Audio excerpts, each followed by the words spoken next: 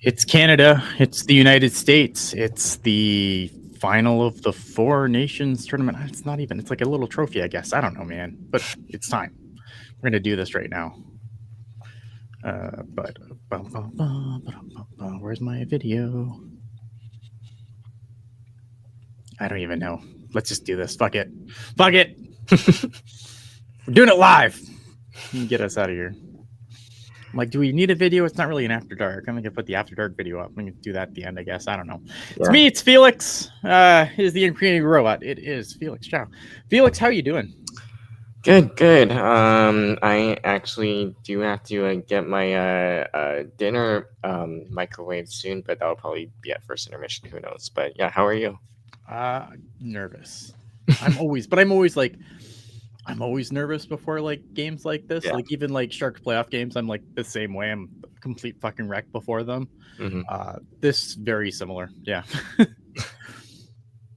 Yeah, no, I'm excited. Like, I mean, I know there's been a whole bunch of stuff like that's been a lot of discussion that's been happening also, that's sort of if you away from hockey, even if you can even call it away from hockey, but but I'm excited for like this game overall. It's obviously it's sort of that quote unquote round 2 of, the last time these two teams met, and I'm excited to see how it plays out.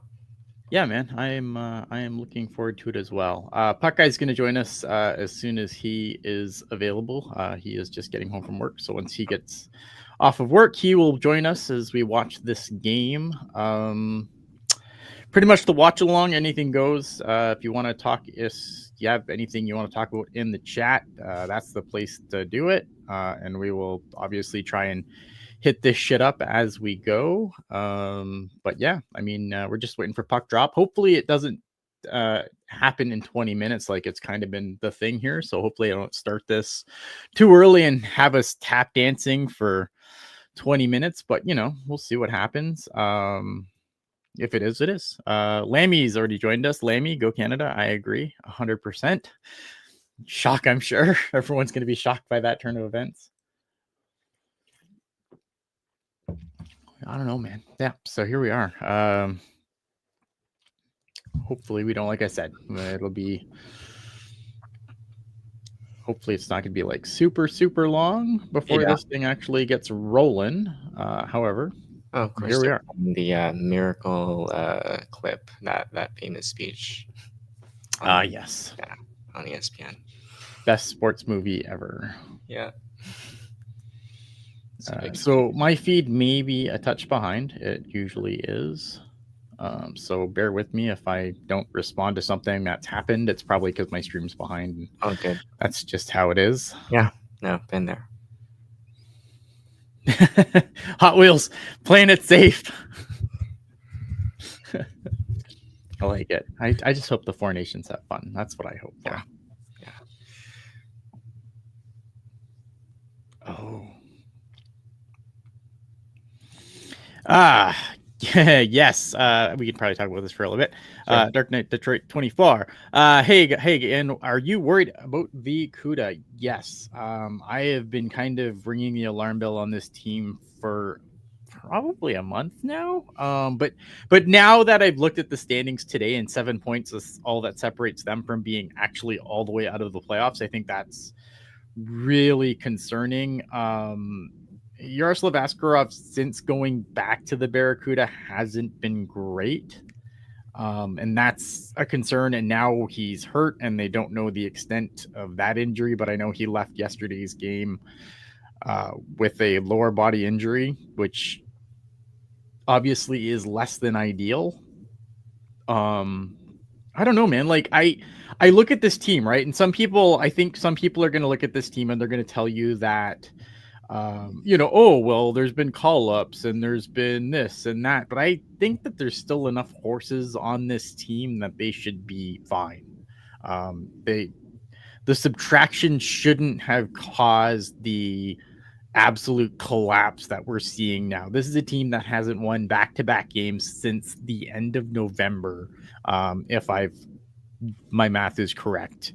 I quickly scanned the schedule I don't know. I think last show we did, and yeah, I think it's not good. I am concerned, and I think that if the Barracuda do find themselves out of the playoff picture again for the third year straight, like something has to happen, right? Like Like, that's my opinion. yeah, like maybe a certain bench boss needs to be replaced. I don't know. I don't know how you go back at that point. Like I feel like because again, like yes, you can say okay, well they did call up guys and they did. And sure, they called up guys. Right. Colin Graft has been called up Sure. and he's spent a lot of time. Sure. He's spent a lot of time with the Sharks. Podorowski got called up for a spell. Right. Right. But at the same point, like all these guys that were apparently not that I'm apparently bad for not being high on, like Thomas Bortolo. I mean, they've been there the whole time, right? Mm-hmm. And right. Sure. You think that you want those guys to for sure you want them to maybe show a little improvement, but from what I've been sensing, that's not been there. At least that there's not been enough of that. I think Thomas Bortolo has played decent hockey of late. I just think when you look at his point totals, when you look at the point totals of Daniel Gushin and what they're on pace for, it's just I don't think it's good enough for third year pros, right? Yeah. To not have to kind of be on pace for the Gushin for sure is on pace for his lowest output in the AHL since turning pro. Right. I'd have to go look at Bortolo. I'm not 100% sure where he's on pace for compared to previous seasons, but I don't know. I just, I think you want more. And I think if this team falls out of the playoffs, like, which again, like this is a team that hasn't performed like they should in over a month. This team plays Jekyll and Hyde hockey. One night they look like absolute world beaters, and then the next night they get, completely dominated or they can't stop a beach ball. Like I don't know, man. And it's going to be rough for them because now your goaltending tandem is going to be Aaron Dell and Gabriel Carrier, which is fine, but it's not ideal. Yeah. You've lost, hopefully they have not lost Askarov for any period of time. Mm-hmm. But Georgi Romanov is also yeah, injured. I was thinking about asking, like, what do we know what's up with him? The teal curtain is especially thick around the Barracuda. Of course it is. I'm sure I've seen it, and it's probably on the tip of my head, but yeah, it's a concern, man. The Barracuda are definitely concerning me. I don't think that missing the playoffs this year, given the start they had, is an acceptable result, and I think that heads should roll. Yeah, no, I completely agree. Looks like they have taken the ice, both teams, and for some reason I can't get any sound on my monitor, so that's not great. I swear, I think my speakers need to be replaced or something. Yeah. So, yeah, I don't know. Okay, any sound? Chris, does Rostovsky get credit for the 3 fights in a row playbook? Yeah, look at he should. If he doesn't, he absolutely should. He should be like, listen, I actually that was my strategy that we used against the juggernaut Nashville Predators, and I deserve all the credit.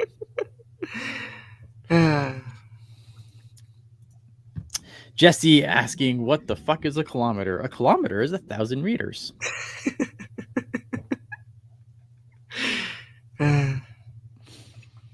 Kilo meaning 1,000. And meter meaning meter. There you go. I just explained it for you. Okay, I think my sound's fucked on my speakers, unfortunately, so I'm gonna have to do this on my Mac. Like a Tiger saying that Finland should be there. No, they shouldn't. They lost. That's how this works. Do Musty, Dickinson, and Igor join the CUDA next year? Let me think about this for a second. No. Chernyshev, yeah. Chernyshev can because Chernyshev, Quentin Musty can too. Yes, Quentin Musty and Igor Chernyshev probably. Quentin Musty, Igor Chernyshev was drafted out of the KHL, so he can go to the AHL whenever the hell he wants. There's no transfer agreement there. Quentin Musty was drafted not this previous year, but the year before, which should make him 20. This should be his last season in the O, so he is absolutely on the CUDA next year. And Sam Dickinson will be 19, which means he still has another season in London if he is not on the opening night roster of the San Jose Sharks. So no one Dickinson.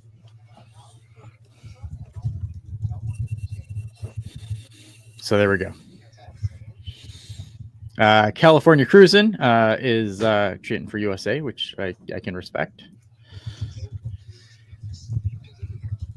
Yeah, see, Tiger knows what's up. Metric is simple. We don't use ancient kings measures. Yeah, it's metric makes so much more sense, man. Like Celsius, all right? Like you guys use Fahrenheit, which is like whatever, but like Celsius, you know what 0 is in Celsius? It is the freezing point of water. 0, less than 0, freezing. More than 0, warm. Really simple. Tiger asking if Trump did turn up in Boston. No, but he did. Apparently, he called the team and gave them a pep talk. He has some other previous engagement that he was unable to attend the game, but he did give Team USA a pep talk in the afternoon. We'll see how that affects them. Yeah.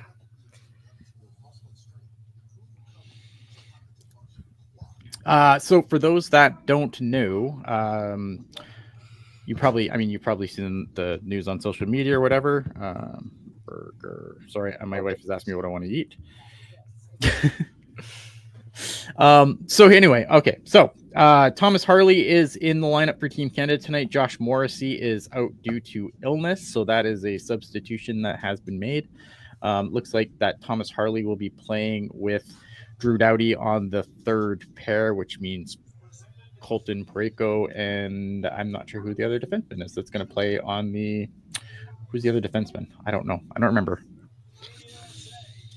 I know that Cale Makar and Devin Tays are obviously a pair. So whoever the fourth defenseman is on Team Canada is playing with Colton Parayko. I can't believe I can't pull this out of my. So apparently I was wrong earlier. That what I was seeing were the warm up shots earlier. So now they take the ice. Yeah, now they're heading out. So we're on pace for our 8:20 fucking puck drop because the NHL has to NHL.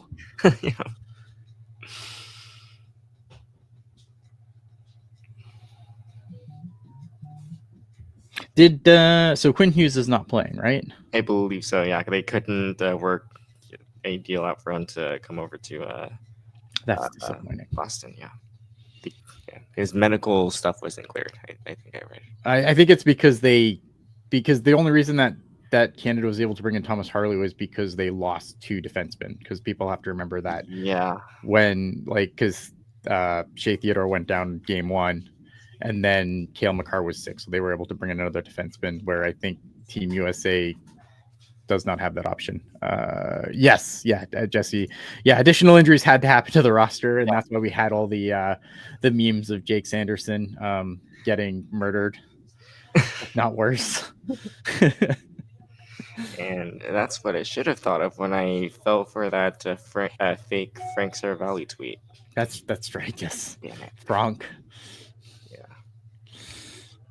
Does it look like a full house? I mean, from what I can see, which is not a lot, I can't imagine this thing not being sold out. Yeah. Makar is playing. Yes, Cale Makar will be skating on the first pair with Devin Tays.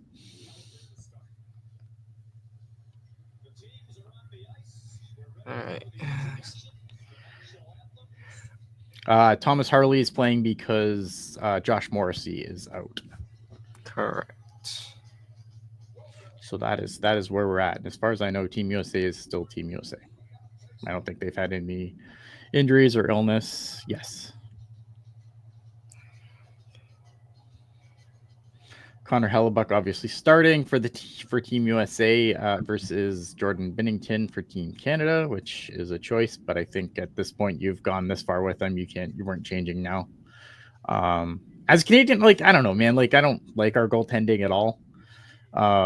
But I don't think he's been bad. I just don't think he's been good either. He's been fine, which fine. Sometimes win championships. So we'll see. Oh, hi, regrets.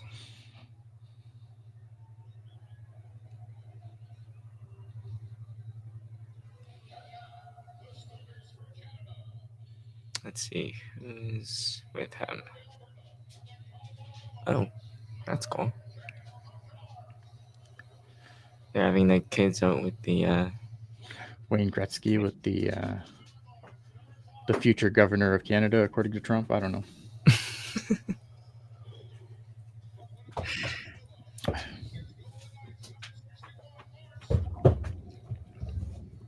It just makes me seethe.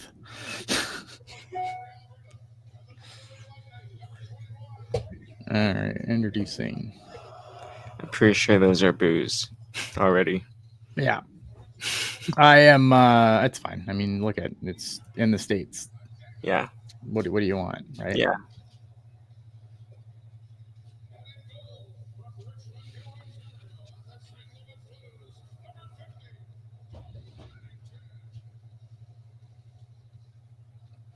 McDavid gets a mixed reaction. I think would be safe to say. Yeah. The cheapest ticket was $9.19. That is a lot of money. That is. Man, I wish I had fuck you money. I'd totally be. You're resilient. We got one in the oh, and he's wearing the Gaudreau jersey. Oh. Okay. There's the USA chance first.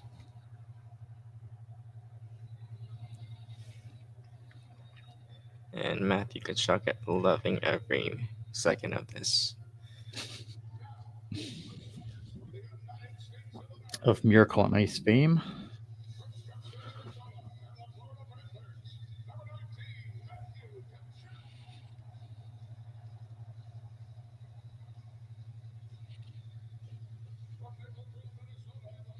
Yeah, just drive safe, Buckeye. We got this. You just drive safe and get home, and we'll deal with this. Best All-Star game ever. Right? Do they fight to start? I don't. Maybe I doubt it, though. I think they got that out of their system. Yeah. In the first game. Although maybe, you know what? It's going to be interesting, right? Because I wonder if this is going to be a game where you see a couple penalties in the first period and then the whistles go in the pocket. I will say this should be a quite physical game. We'll say that. Yeah, I think it's going to be physical. I just don't think we're going to see a fight because I don't think guys are going to want to take. They're not going to risk like JT Miller did when he got the extra 2 minutes. Yeah. I don't. Maybe I'll be wrong, and they'll. And you know, they'll make me look like an idiot. I can't imagine these guys wanting to risk an extra 2. Yeah.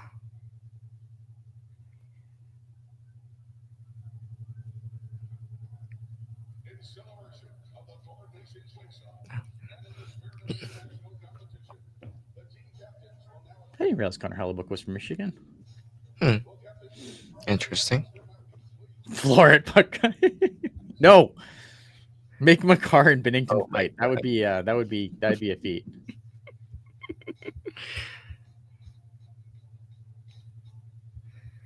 All right, where's my okay?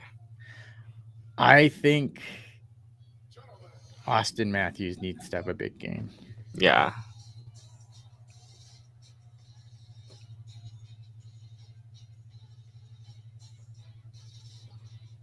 Oh, high hopes. Okay, I was trying to figure out what that tune was. Nice. Sorry, I'm probably the pop person of us two.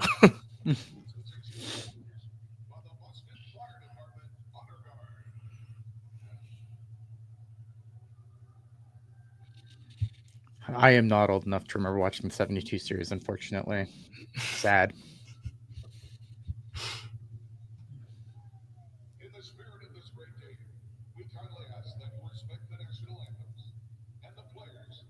Bro's got an axe. Okay. Both bros have an axe. That's awesome. I did not notice Faint was played. Wow.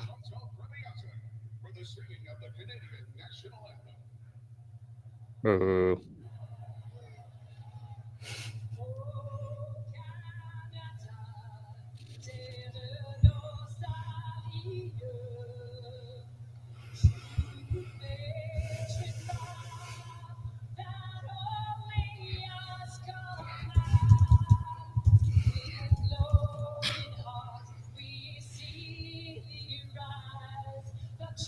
She's like, I'm gonna go French. Nah, fuck it.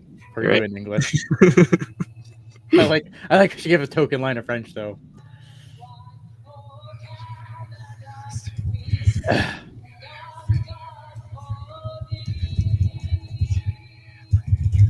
Token line.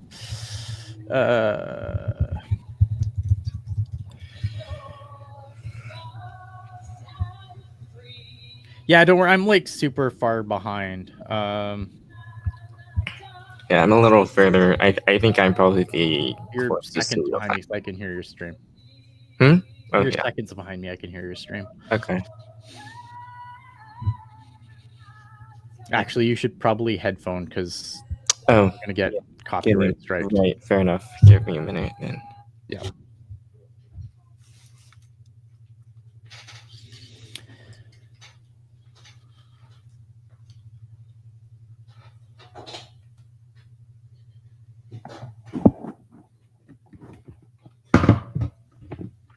Okay, that is the worst Canada national anthem I've ever heard. All right. One sec. Where the hell is it? Here. I have to juggle between two browsers. Wonderful. All right. Audio. Speaker now. Give me external headphones.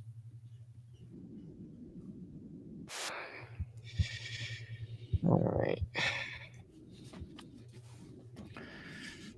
Better?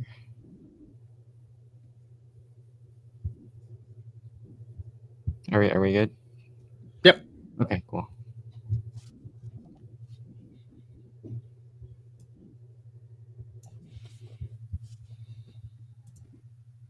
Yeah, we're good. Cool. All right.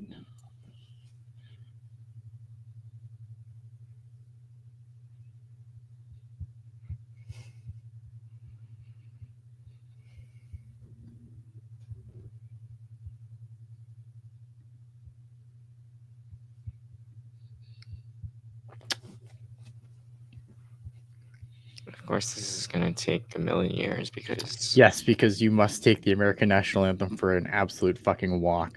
It's just the rules. I don't get it, man.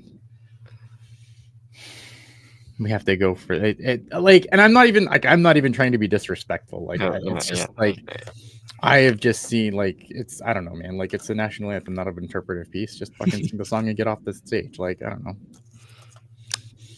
Well, and maybe that's just very Canadian of me, and I'm being disrespectful. I don't mean to be. No, I know, but apparently, Ian, sports have to be incredibly patriotic. You know, like cause that's the rule. Them's the rules. I guess. I don't understand it, man. I mean, you guys do you, but yeah. No, no one takes any song for a walk like the Star Spangled Banner.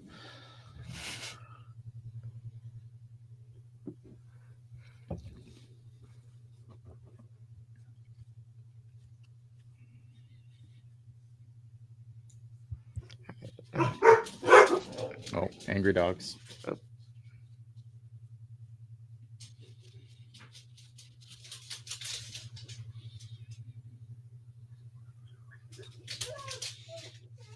All right, 20 minutes later, we're ready to play some hockey.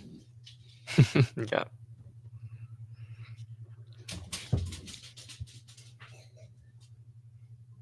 I'm just sad that after this, regardless of what happens now, I have to go back to watching Sharks hockey on Sunday, and that really depresses me after watching this. I'll be right back.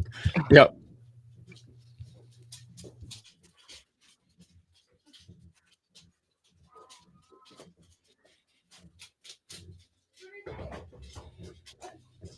All right, Banga, no bad goals.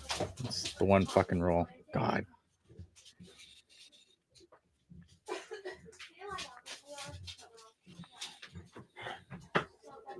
All right, clear the ice. Let's get this puck dropped.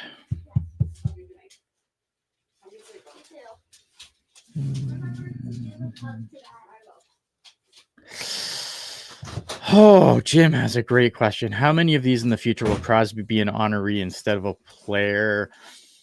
Let's see. Olympics are next year. you got to figure. I don't know, man. Sidney Crosby is still so good even at his age.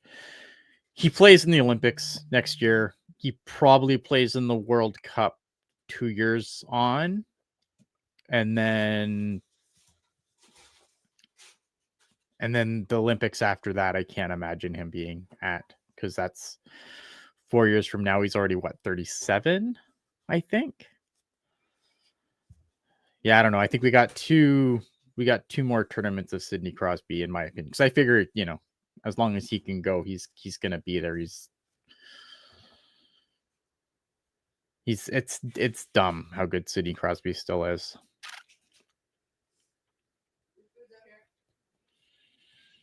Who's taking the face off? That'll tell me if there's going to be a fight. I don't think there's going to be, because I think it's like Crosby, McKinnon,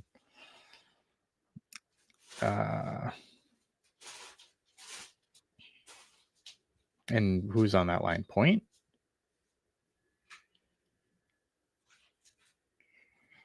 I don't think any of those guys are dropping gloves.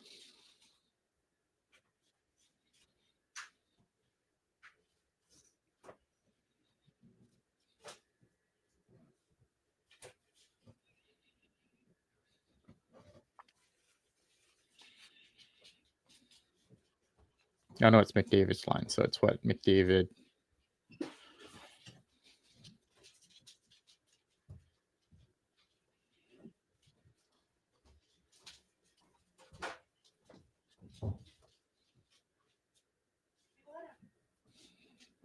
All right, let's drop the fucking puck.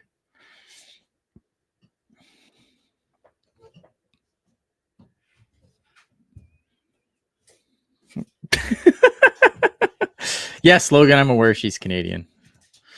I always have closed captions on the for the U.S. anthem. Always has a question mark. It's because they take it for a walk, man. It's like the breath, and it makes it sound like a question. A closed caption doesn't know what to do. All right, so we got Stone, McDavid, and Point. Yeah, they were not fighting off the face-off. And here we go. Puck is dropped. It is fucking go time. Oh.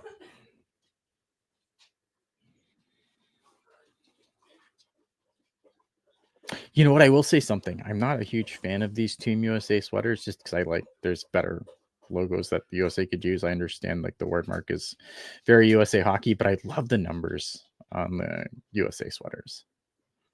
I will concede that.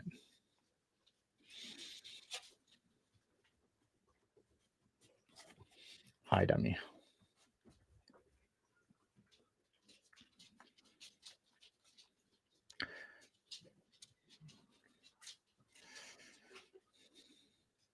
Oh, here they come out.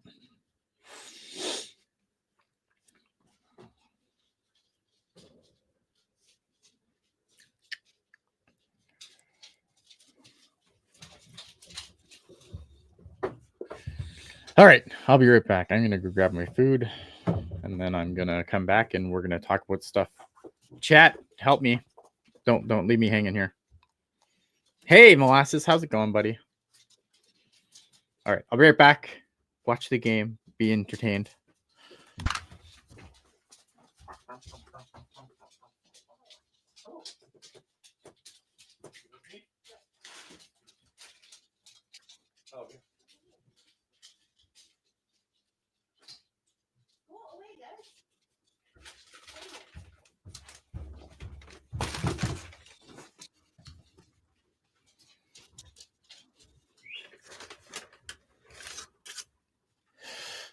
All right.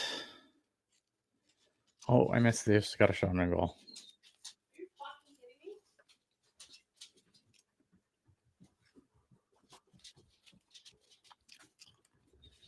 I'll try not to have too much dead air, but I'm not doing play-by-play. I have a strict no play-by-play rule for these things, because I don't think anyone's watching for my play-by-play. My play-by-play skills are not very good. Plus, our feeds are probably all out of sync, and that just sounds really dumb.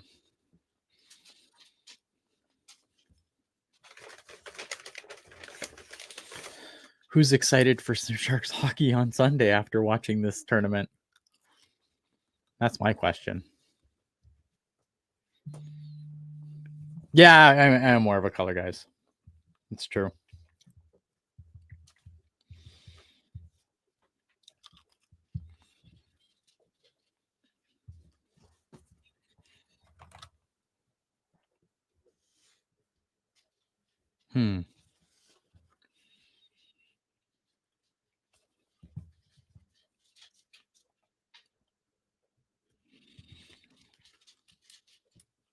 Nope. It's color with a U.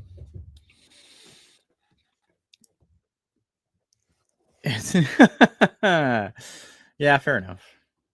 Jesse's saying it's more entertaining than my D beer league. So yeah, I as a guy who played a few years of like bottom tier D league, beer league, I can attest that is probably true.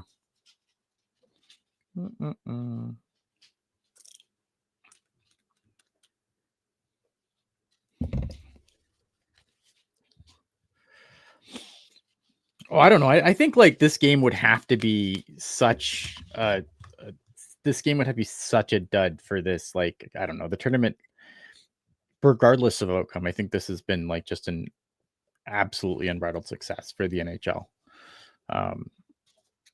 And maybe it's because we've been deprived of it for so long, but I don't know. This game would have to be a super dud for me to think that this wasn't super fun. Oh,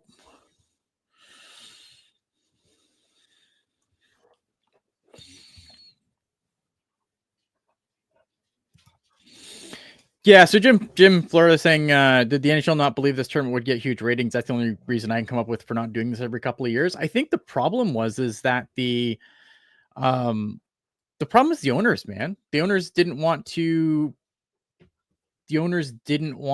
pay the insurance for players to go to the Olympics. That was the big stumbling block, which I'm sure is super expensive, but like they're your $1 million players, like insure them, dummies. Yeah, I don't know, man. Like I think it's incredibly short-sighted by the owners. I understand that, like if you're the owner of like the Islanders or whatever, and you watch John Tavares get hurt.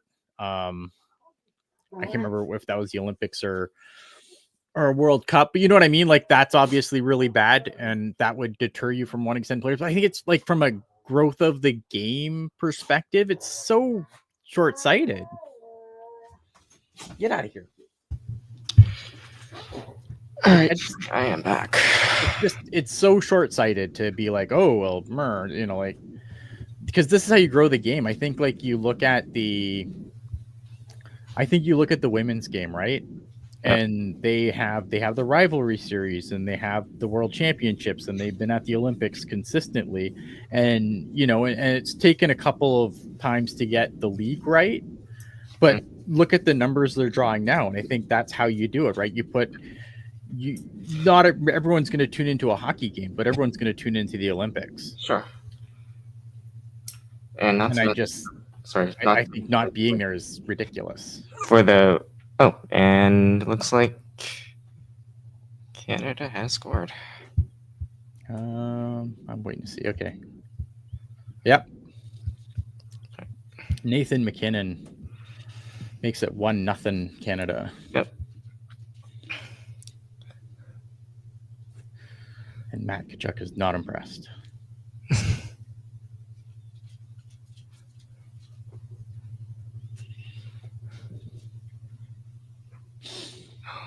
It's a nice move, man. Yeah, that just drew all the defenders to. Oh my god, yeah, he drew like not even. I mean, they're all forwards, but like it's crazy how both Tkachuk and Eichel like all bit, and he still somehow put the puck through all three of them. That's right.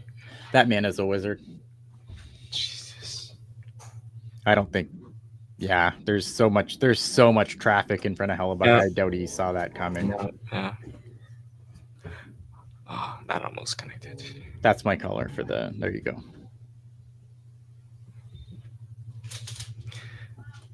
But as I was saying, you mentioned the women's game. Like that's like I think the other thing that they did right was having the games on YouTube, which that accessibility, and I think that's another huge thing.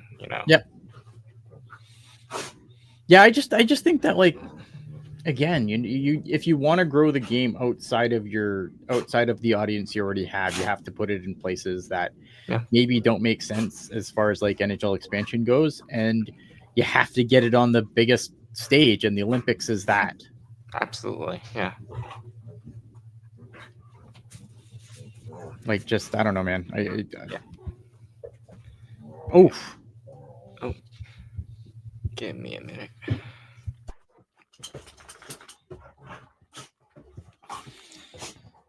right, yeah. Jim's saying, like, I hear people talking about hockey at work that don't even watch hockey, and that's it, man. You have to get it on, like, so people can see it. And I think it's a lot easier to get people invested when you're cheering for the flag rather than like the Detroit Red Wings or the San Jose Sharks, or you know what I mean? Like, it's easier to get people on board because who doesn't want to cheer for their country?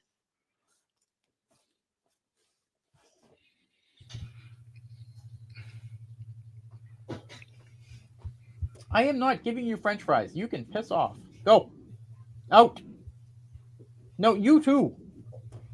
Sorry, I'm yelling at my dogs. Next time I'll mute, and then I'll yell at my dogs. Very good. But I'm also curious, McDonald's They're freedom fries. or what? They're French fries. McDonald's French fries or somewhere else?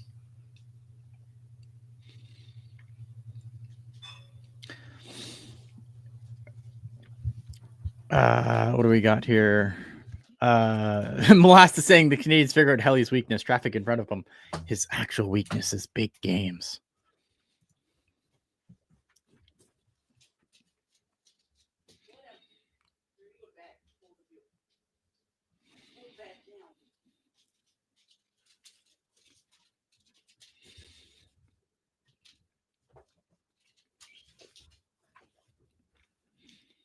Someone has to. Yeah, I don't. Soon there'll be Ruski fries. I don't know, man. They're just fries. They're delicious.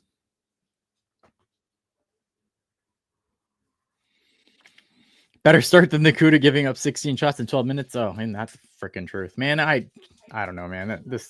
I know we talked about the Cuda before the puck drop, man, but like, I haven't watched the game yet. I probably won't at this rate because I have a gist of what happened, and I just, man, like, it's so hard, especially like for me, because I don't get to watch the games live enough because it's just they're on late, right? So I have to always watch them the next day. And I honestly, man, I am running out of desire to do it with the way they played the last month. Like, because it's not like it's different when you're watching it live, right? Because I'd not be doing anything else. But like when I have to watch it the next day, like there's a billion other things I could be doing, and I'm just like, no, no, I'm done. I gotcha. Yeah, so I doubt I'm gonna go back and watch it. I mean, it helps that this week, like, I don't think there's not going to be a pucknologist this week. It's just going to be an after dark because there's one game to talk about. So it's just going to be after dark, and I won't be on because it's a late start. There's Puck Guy. Yes, I look forward to doing a after dark takeover, a pucknologist takeover, and after dark. Yes. Hi guys. How are you doing? Well, it was better. See, here's the thing. Now that this whole effing thing's gone, by the wayside, and it's now more than hockey. It's tough. Yeah, you I know you had a whole thing written out just for the show, but sorry, Ian kind of made it brought all those points out already. Yeah, no, that's fine. That's fine. I was hoping to get home sooner, but yeah. But I will say, in kind of echoing, JJ Watt's tweet earlier, but like Jim at FLA, I hear people talking about hockey at work who don't even watch hockey. Yeah. I mean, that's a good thing.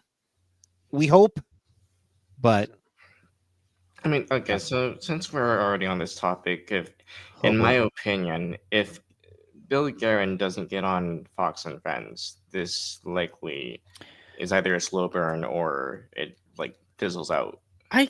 You know what though, and I will say this, 'cause I watched that, and I Mm. don't think like a lot of people really twisted the narrative on what was No, but actually that's the said. thing though. Like, do you want that? Did they want that to happen though? Like, No, probably not. These guys don't give. I mean, I'm sure. Okay, I shouldn't say that. I'm sure some of them actually like care, but I don't know, man. I think the last thing, like the one thing that both teams were doing was kind of trying to like talk down the kind of the political climate, I Mhm. guess we can call it, about the game, right? I mean, like I think that if I'm like, this is to me, Mhm. you know, like obviously, like politics is always a part of sports. I hate when people are like, Right. oh, you got to take the politics as politics has already been there, right? Like, Right. it does anybody care about 1980 if it's not the Soviets? Like, Yeah. do you remember what was happening in 1980 with the Soviet Union? Like, they were mortal enemies, Cold War, Mhm. threatening to nuke each other all the time. Like, Mhm. mutual should like no, like, you know what I mean? So it's like, and ditto 72 Summit Series, like, yeah, the game, you know, the games matter because of the games, but Yeah. the political atmosphere made them what they were. Uh-huh. And it was Right. nice to give It put the significance to it, you know. Mhm. 100%. And that's why, you know, I had chatted with Felix earlier today. It's like that's why Al Michaels's comment at the beginning of the USA Russia game in 1980 was perfect, because you know there are not many people right now who don't know a blue line from a clothesline, and it Right. doesn't matter, you know, because it's again 45 years almost to the day. You have one of those rare sporting events where, you know, and the rules are reversed, but you know, it is what it is, and it's, you know, it definitely didn't need any buildup whatsoever. No, look at But and it like, got a ton of buildup. It got a ton of buildup for all the right reasons, and then lately all the Yeah. different reasons. Yeah. We'll see. yeah, and I think like beyond the, you know, beyond the political climate of the day, I mean, this is a USA team that thinks it's their time, and they need to, like, you know what I mean? Like it's not a just it's they don't need the political climate to want to beat Canada. They want to prove that it's their time and that Canada's time is in the past. You know, and that's Right. a direct quote from Matthew Tkachuk. You know, Canada's time's over. It's our time now. But you know, you kind of have to win the game for it to be your time now. Because I mean, a lot of people were worried after the what I guess it was 20. What World Cup was it when the US won?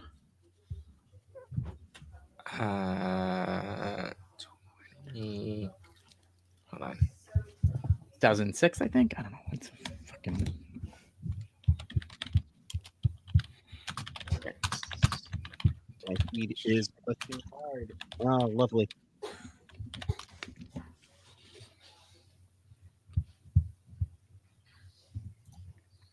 All right, let me find it. All right.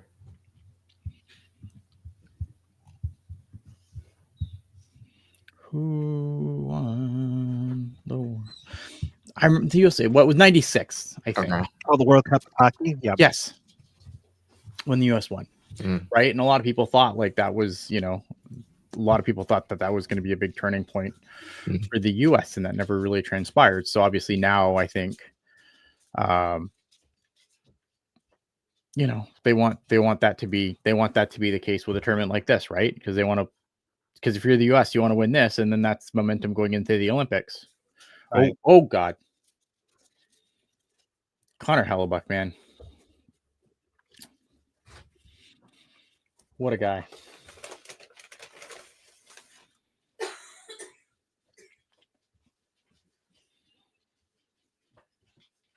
Sorry, I just caught the first goal just now. That's a sweet shot from McKinnon. No chance for Hellebuck. But Man, does that start up the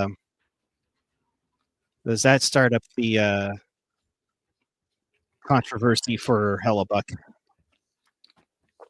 I think overall he's been solid though. I don't think he saw that. I don't really fault him for that. That wasn't game one of the Stanley Cup Finals last year. Right.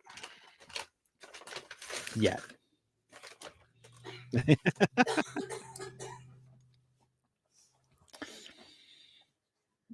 Oh my goodness. The real question is does the rest of the NHL season top this tournament? The regular season probably not, but I think the playoffs are the playoffs, right? I love the Stanley Cup playoffs, man. This is where I think you try to call ABC and be like, hey, if this all works out, maybe we can add on some games. I know they've done a lot of double headers lately.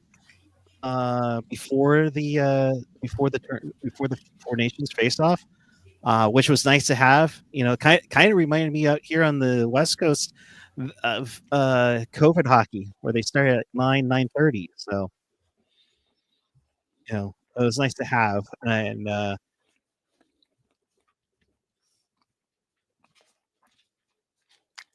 yeah. Celebrini 17 SJ says USA owns Canada still. The record of 1-3 would say otherwise in championship games. I don't know.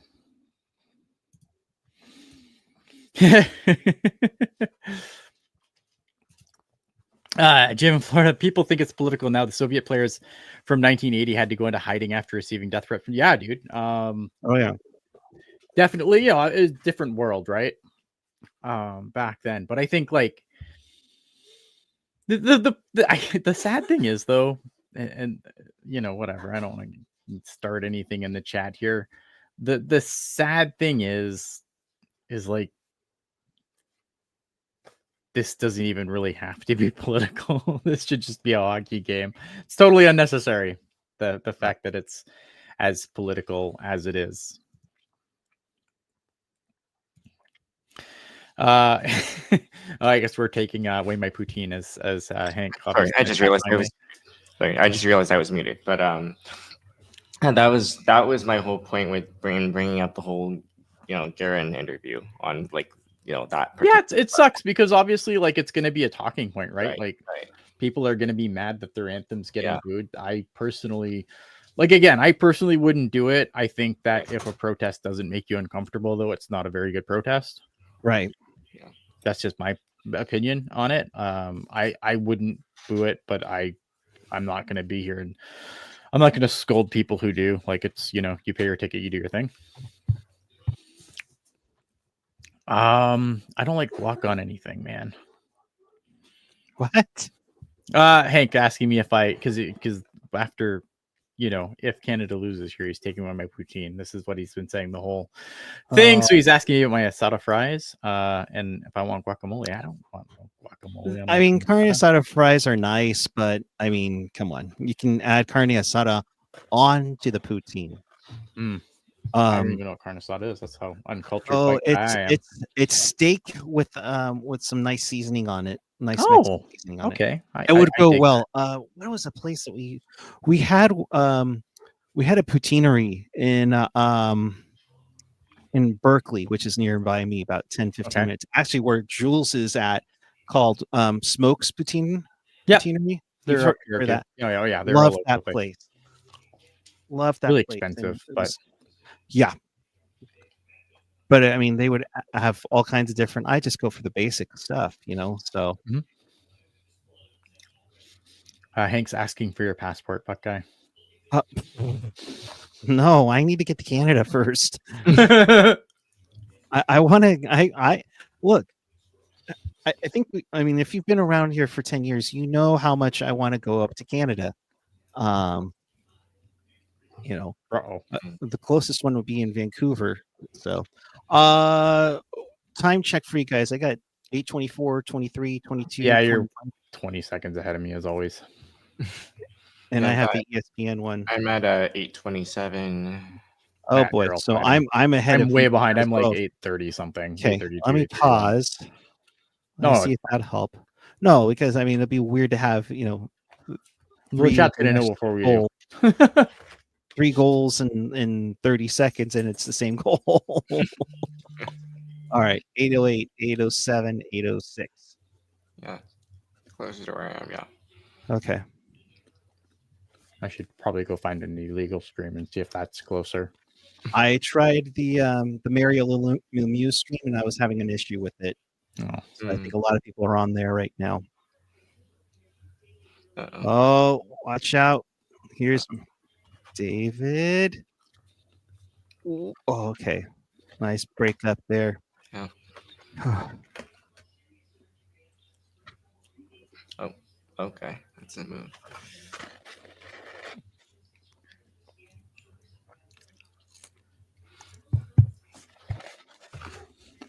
Oh, It should be. Fuck Mom's taking Sharky away. Uh-oh. oh.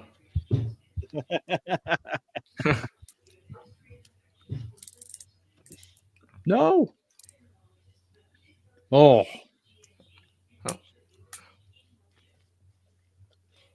It's opening up a little bit there. Yeah. Yeah. Kind of expected that a little bit. Mm-hmm. There's so like there's just so Of much course I skill Yeah. that I don't know.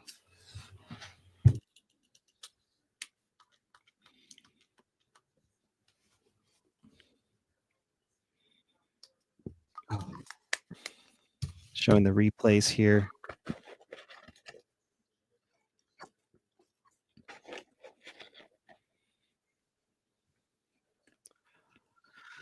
Oh boy, it's a good one so far. 8-5 the shots.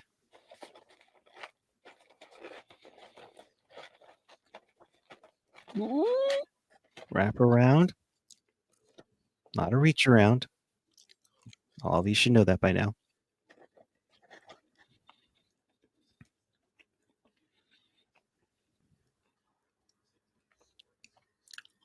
And the building looks pretty full, but I mean, I'm sorry, I'm not paying 900 plus bucks plus Oh, fees to get in there. I wish I had I- felt you money. Yeah. Right? Oh, poke in, loose puck, Hellebuck's down. Ah! Ooh. Canada's doing a good job of getting pucks into Hellebuck. He's been good so far, but they've done a really good job of getting pucks in like close to him. How huge of a series or this game is for him. You know, everybody knows about the whole thing, you know, he hasn't won the big one and everything. You know, great regular season goalie. You know, and Well, you know, I think he needs this game more than him is Austin Matthews. yeah, and I think as I was coming on, I think they said 8 games, including the 2 he played for the game.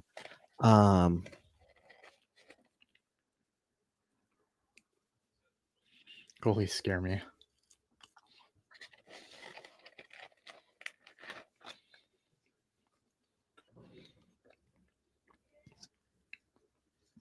Good job by Sanderson there. I don't know. Like, yeah, good job by Sanders and not to get jumped by his teammates so Quinn Hughes could play. Was that crazy or what? The last couple of days talking about, oh, Quinn Hughes is on a flight. No, he's not. No, he's not. He's in a regular jersey. Canucks didn't clear him. It's like, God, guys. And Canada were like, whatever, bring him. It's fine. But the NHL's rules are rules. What is it? Yeah. Okay. Can we mention that next time they have this, there should be at least like a 4-person taxi squad for these guys? So that way. I think here's the problem, right? I don't think they realized how juiced some of the players would be. But you're asking guys, like, if you expand the rosters too much, right? You're asking guys that may not play. And then, and then they give up this nice break that they had to just basically sit there and not play, which I think if you're I think a lot of guys would still do that, but I think that was what they were trying to avoid, was guys, basically coming and just being there and not getting used at all and giving up their vacation to do so. Yeah. Yeah. So, Hank, saying that Quinn Hughes stuff is weird. Isn't there a roster limitation? Yeah. So basically, the only reason that the Canadians were able to bring in Thomas Harley was because obviously Shea Theodore got hurt the first game, and then they also didn't have Cale Makar for the USA game. Whereas the USA defense, I believe, other than Charlie McAvoy, just went down, but they have they still have their full roster of guys that they brought. So they couldn't bring Quinn Hughes unless someone else got hurt or sick or something that would allow him to come. Defensively, right? Yes, and it would have to be from the blue line, right? Correct. Yeah. Which, you couldn't have like, oh, Dylan Larkin got sick.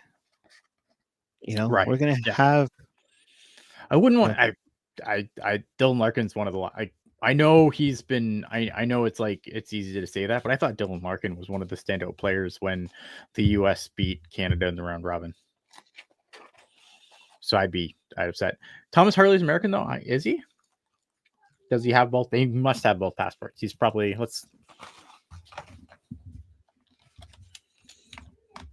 Now we're gonna. Yeah. According to Google, Thomas Harley is an American-born Canadian pro hockey. So he's probably a dual citizen then. Yeah. Oh, fun. He actually was born in Syracuse, New York. Who are his parents?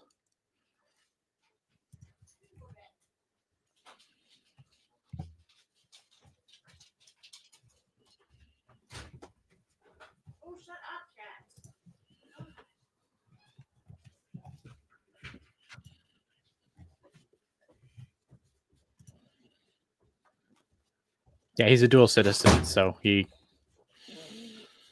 could play for either or, and then obviously he's played for Hockey Canada. So in the past, I'm assuming, because once you've played that, the way that works though, right, is once you've played on,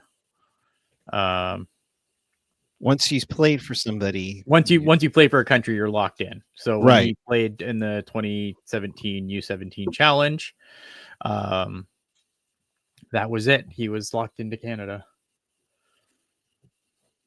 Nabby dealt with that too. Right? I think I remember in 2010, he was he wanted to play for Russia, even though he might have played for Kazakhstan. Something a little convoluted there, but yeah. So I think it's different in that situation because a lot of those countries were obviously Soviet republics that broke free. Right. I think so. It's a different situation.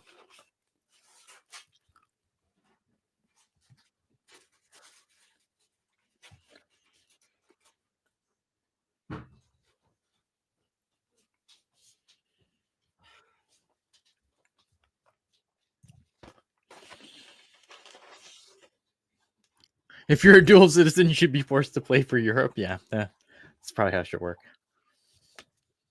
Or if there is ever a Team North America, once again, you can choose the option to go there. Team dual citizen. I wonder how big of a team that would be.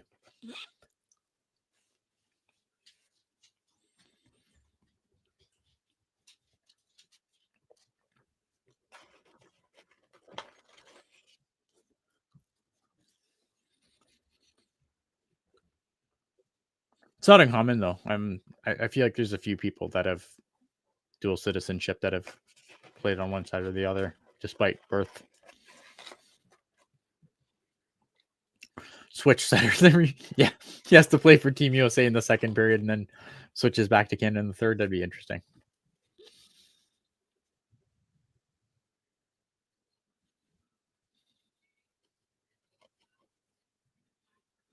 Oh man.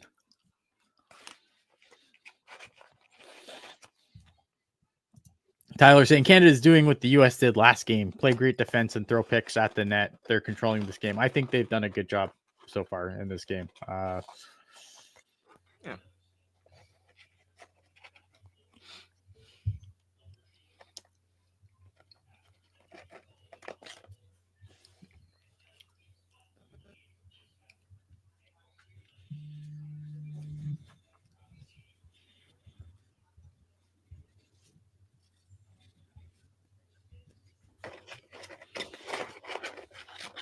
Zach Werenski's been so good this tournament, man.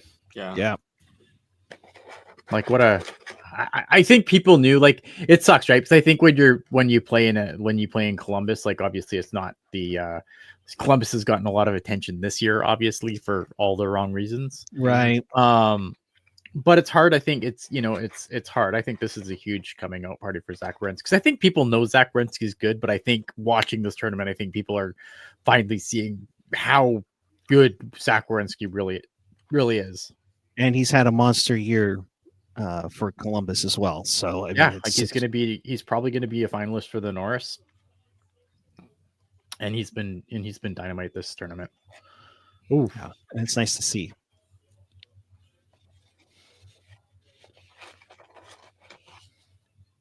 Shots are even now 9-9. It was 9-5. So Americans trying to put on a little more pressure. Strength.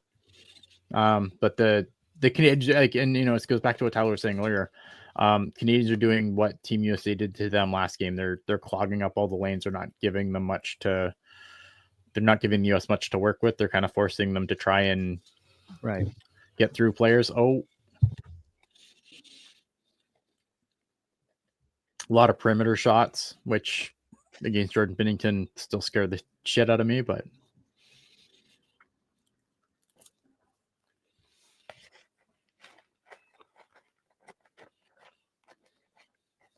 Go. My dog is like, those smell like good French fries. I want some. Oh, where'd you get them from? Wendy's. Where? Wendy's. Oh, you have Wendy's up there. Okay. Yeah, we have like everything up here. Like, well, not everything, but I know. But I mean, okay. Again, as we go back to my passport talk, it's like I hear about Harvey's. Score! And it's Brady Tkachuk that ties the game up for the Americans. Yeah.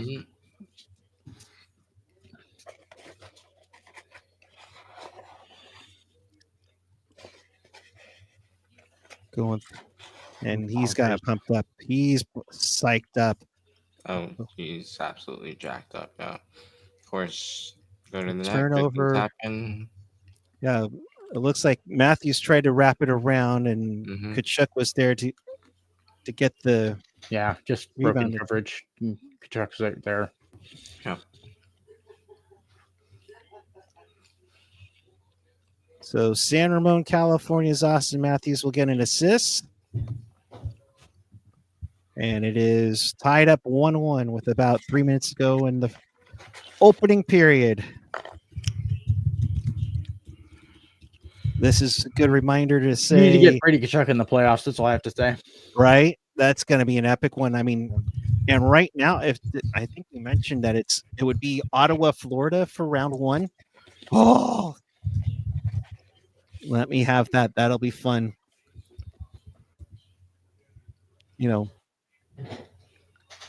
But it is.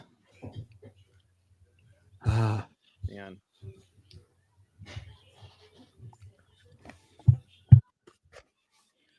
But as I was going to say, a quick reminder, if this game does go into overtime, we are playing Stanley Cup playoff overtime, full 20-minute overtime 20-minute periods, 5-on-5. 5-on-5 until somebody scores and wins. This is where you would get the whole WrestleMania Royal Rumbles, like, oh shoot, here comes Quinn Hughes. That would just been what? Gretzky's coming out of retirement, and just get full WWE. It'd be crazy. Just 2 assists for Austin Matthews, eh? Mm-hmm. Sad.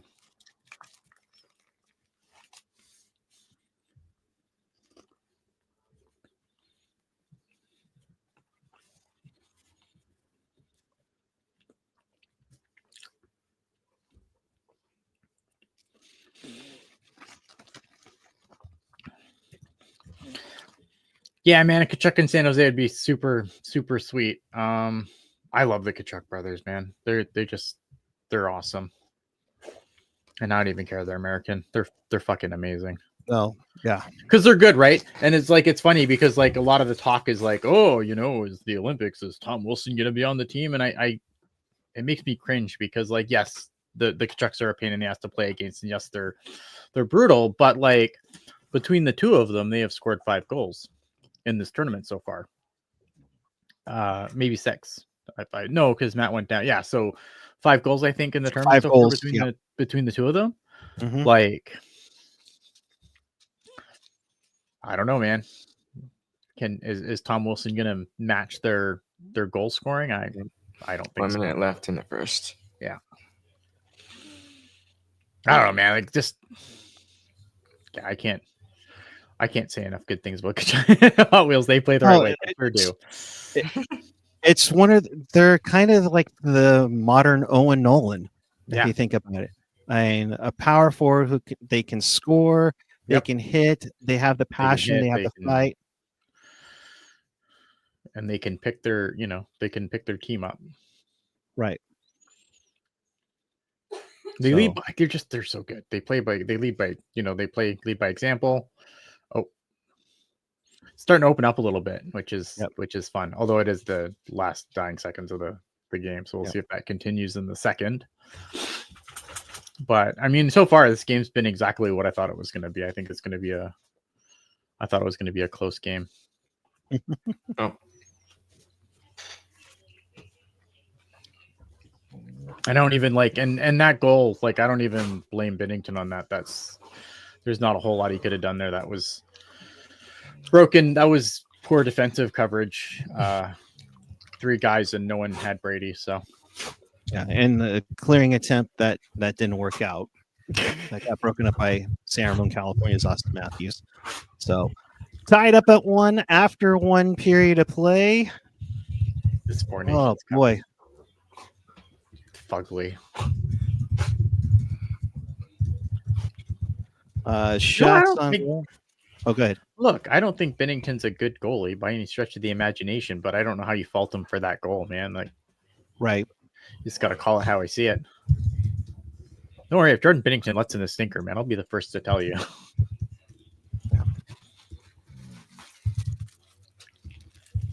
Shots on goal, even up at 10-10.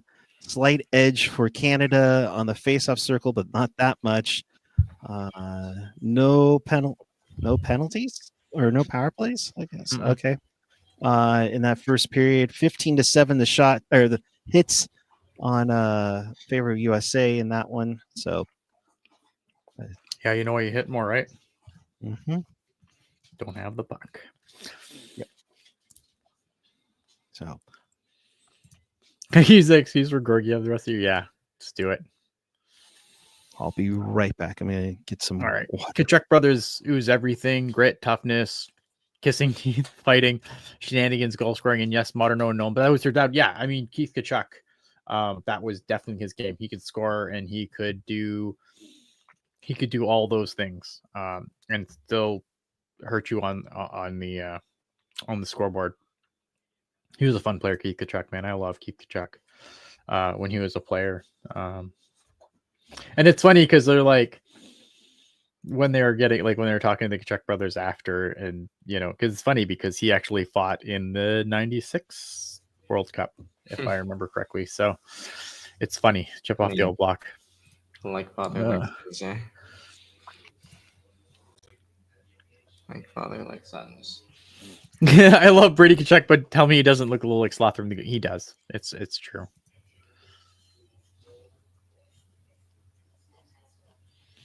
Yeah, I mean, again, like this is the Kachucks, right? So the Kachucks are always crashing the net, front of the net screening in the blue paint. Yeah, again, they work, man. They can do it all. They get in your face. They're aggravating to play against. They get to all the dirty areas. It's they do all the things that you want a guy to do. And I think when you look at the Florida Panthers are far from a one-man show, obviously, right? Like there's a lot of really good players on that Florida Panthers team, but I think if you're looking at guys that are But if you look at the guys that are leading, and as good as I guess Sasha Barkov and all those guys are, man, but I think you don't have to look further than Matt Tkachuk as far as guys pulling the rope.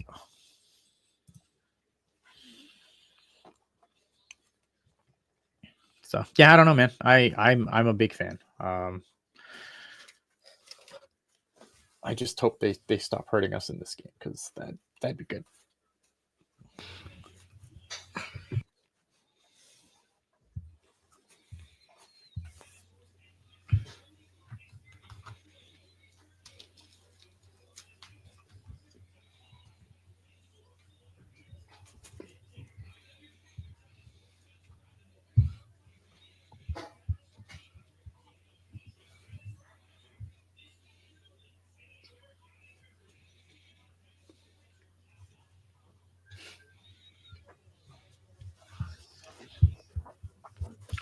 Good times. Looking forward to. I did. Take that, trader. You guys are really upset about this, eh? So my dinner is basically salad, the lasagna that I already finished, and bread and some veggies. So that is my dinner. Yeah, so far so good. What are you doing? No. Stupid dog. Yeah, I don't know. So far, good game. I have. This has been. It's been no, that was a good first period.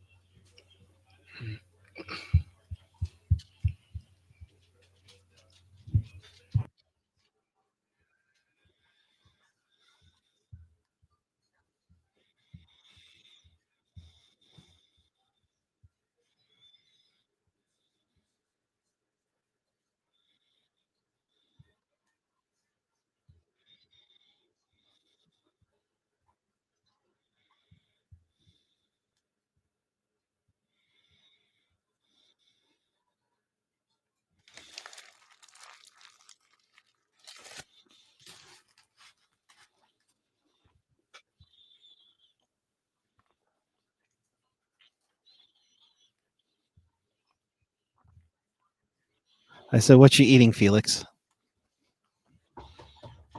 Yeah, so I pretty sure I answered that. I have a salad, lasagna that I just finished, and some bread and veggies. Nice. Eating dinner the right way. Good job.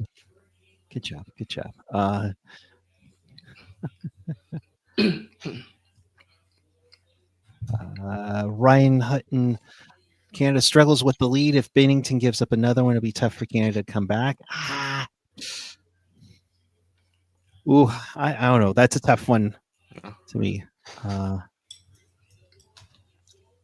Wow. What's going on? Lammy, thank you. Looking good today. Okay, what's wrong with you guys?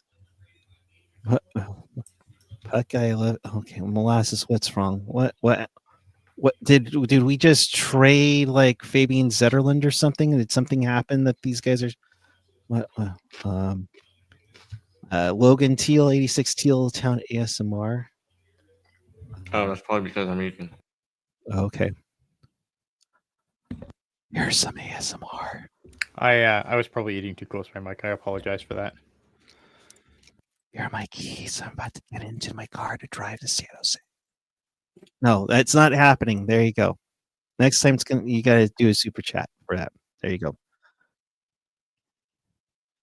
You can. I just I didn't know I'm just a very loud chewer, I guess. So. Oh boy, you Ian, you got a little right there. There you go. See, hashtag Teal together. We help each other out. These guys are eating. I have the New York Islanders old jersey about to go in the oven soon. So, oh boy. Let's see.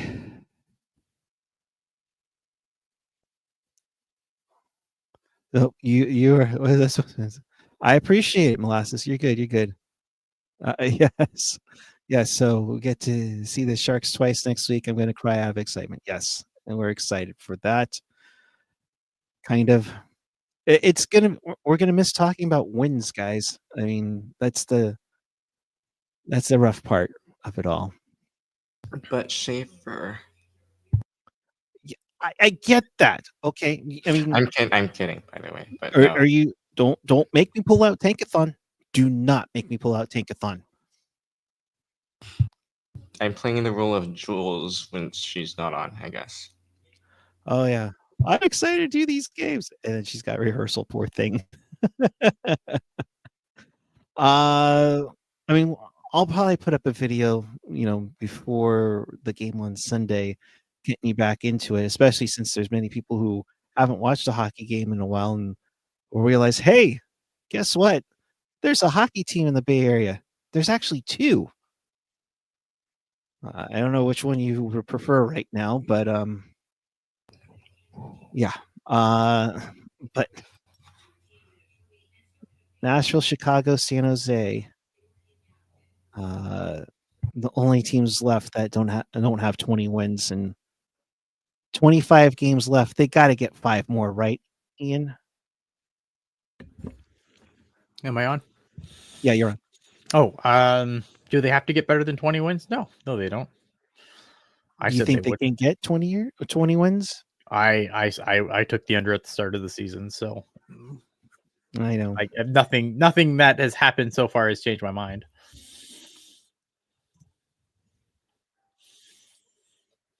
So, welcome to the team, John.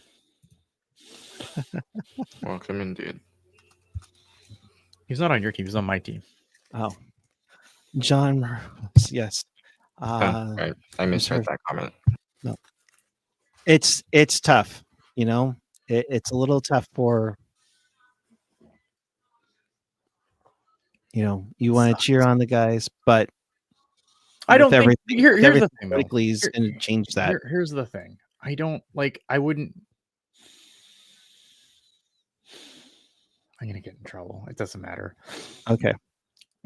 Donald Trump's the fucking clown, but like, I don't know, man. Like, you can still cheer your guys. I don't. These guys didn't do it. These guys aren't trying to.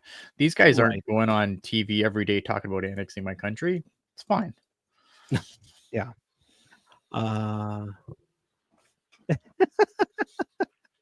Lammy, what are you doing? I want to give a shout to my friend Nick V. Yes, of course. I mean, shout out to Nick V. Fuck yeah. All right. Thank you for your super chat. We appreciate it. Keeps the lights on. For those that don't know, the super chats go to pay for things like SoundCloud, so we can give you audio versions of all these things you can take on the go. It also helps pay for things like the website, which I wish would get burned in effigy, but as long as we have to keep it, keeps the lights on there. It just it helps us do all the things that we do without having to do an ad read, which I'm glad that we don't have to do. And I'm not, and I always hate when we say this because I always makes it sound like I'm taking shots at people. I'm not. Like other people, obviously, I don't begrudge anyone for monetizing their work. I just prefer not to, and the super chats help us so that we don't have to.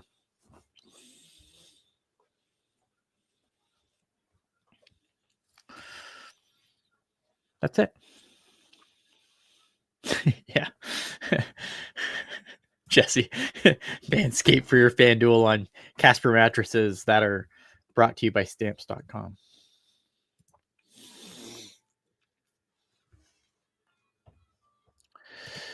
Celebrating 17, SJ, the CUDA are disgraceful for poor management. They should have fired a lot of people. They have all the tools and it's unacceptable. I 100% agree. I have been banging this drum for a long time, but as this season continues to fall apart, I think those echoes only get louder, right?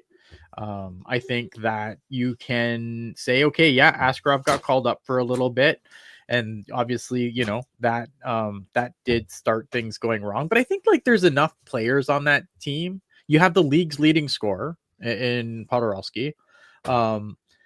Georgi Romanov's a good goalie. Like, I don't think there's an NHL goalie there, but he's a good goalie.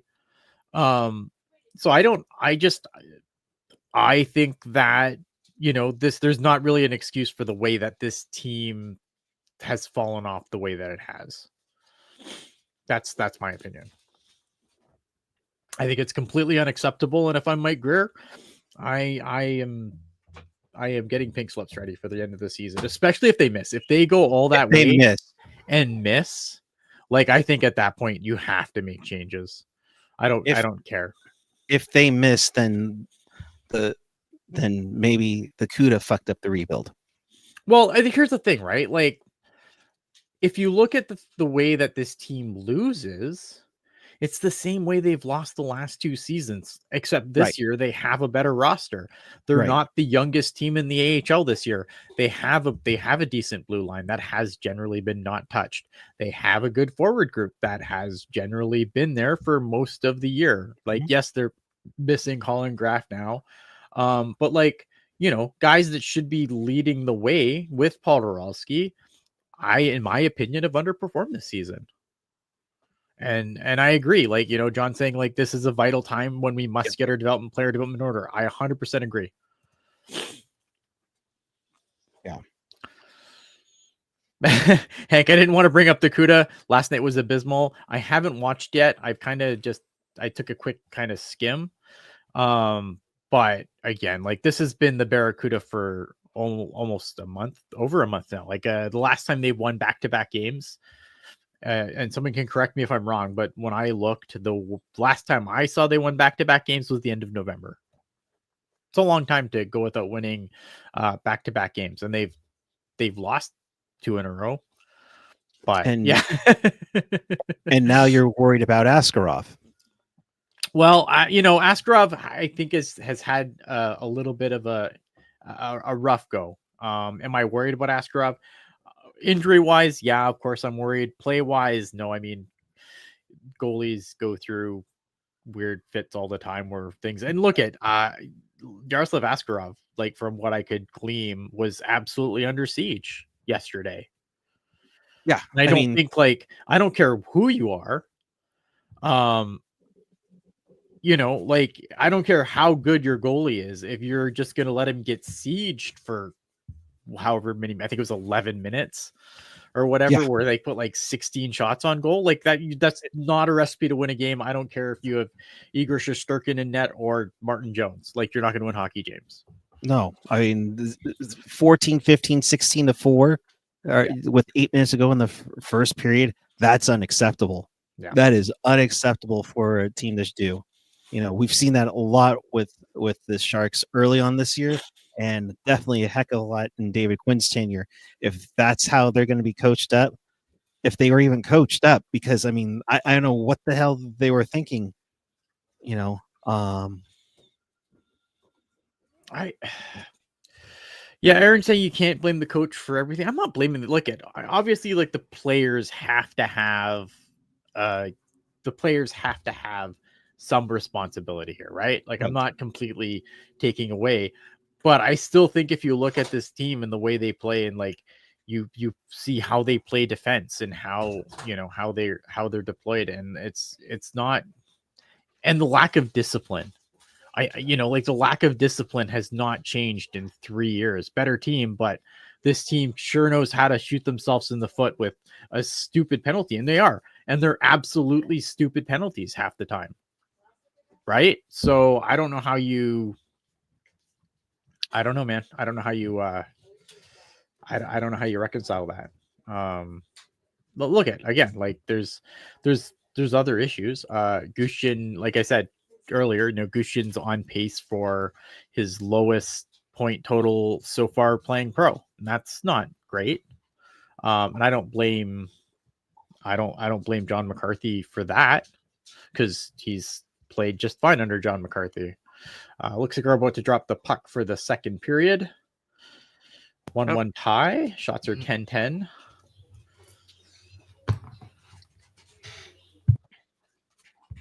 So, and we are off. All right, back into the hockey game. Let's go. By the way, did you guys do predictions beforehand? We did No, not. I did not. But I mean, do we have to? I mean, I'm just Do curious you as to think what I'm you thought gonna? the score might be. Oh, I did not do that. I think it's going to be these championship games between these teams have been settled by a goal. So I feel like it's going to be one of those. Right.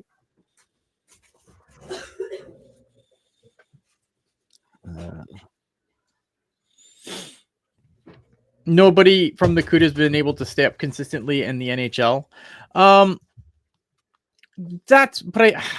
Okay, so that's true, but that's also team construction, right? Like the San Jose Sharks have a lot of guys on NHL deals, and you need to make room for guys from the CUDA to be able to stick, and you can't do that when you have Ty Delandred, Barclay Goodrow, Grunstro, all the guy crew.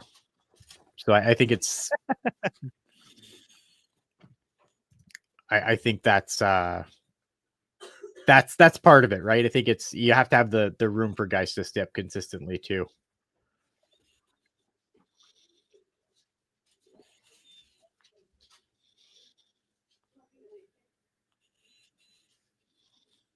All right, here comes US in the attacking zone.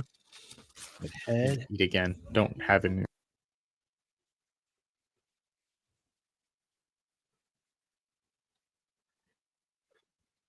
Kind of like a feel out process again.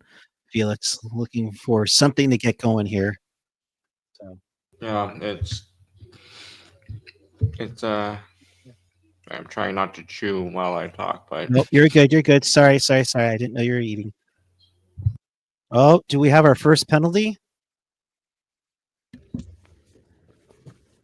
Nope. JT Miller coming up a little lame.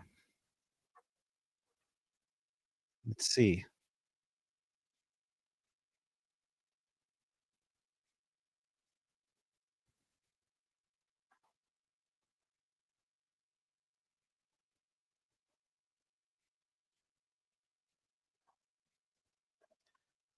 Oh, they're not going to show a replay of it. Darn it. Okay. Fuck. All right, sorry. You're good. I You're believe good. the last call stuck with Jacob Milton, whom the Sharks immediately traded. It's a good. Okay, so if you're looking at it like that, I mean, it's interesting. Let me think of anyone who would have been on the CUDA last year that was still there. It's a good point. I guess Eklund would count, but Eklund was always going to be there, right? Like Eklund's is a top 10 draft pick. Like he was never going to stay with the Barracuda for any stretch of time. He just needed to make the adjustment to the North American game. It's a good point though. Like when you really think of it, I'm trying to think of a guy who's like come up from the CUDA and actually stuck around, and it's really nobody. Really, I mean, other than I think Muka Madulin's on pace to be a guy that does that now. But aside from that, it's a good point.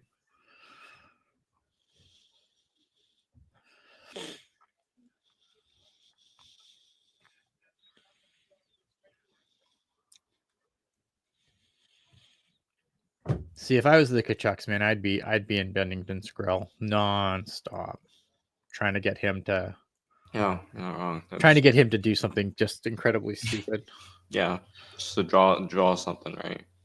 Just get him off his game because you know that Jordan Bennington runs hot, right? So if you can get him to get a little emotional, I think he's going to obviously be on guard against that. But right. I still think if I'm Team USA, I am. You're not going to run him, but like if he gives you the opportunity to chip him, or you know what I mean, like you need to do it without drawing a pet. You don't want to put your team in the box, obviously. Sure. But like a little as I would try to antagonize. Oh, Mark Stone. But as I was saying, as Eddie Olczyk would always say on national broadcasts, a little accidental on purpose kind of thing.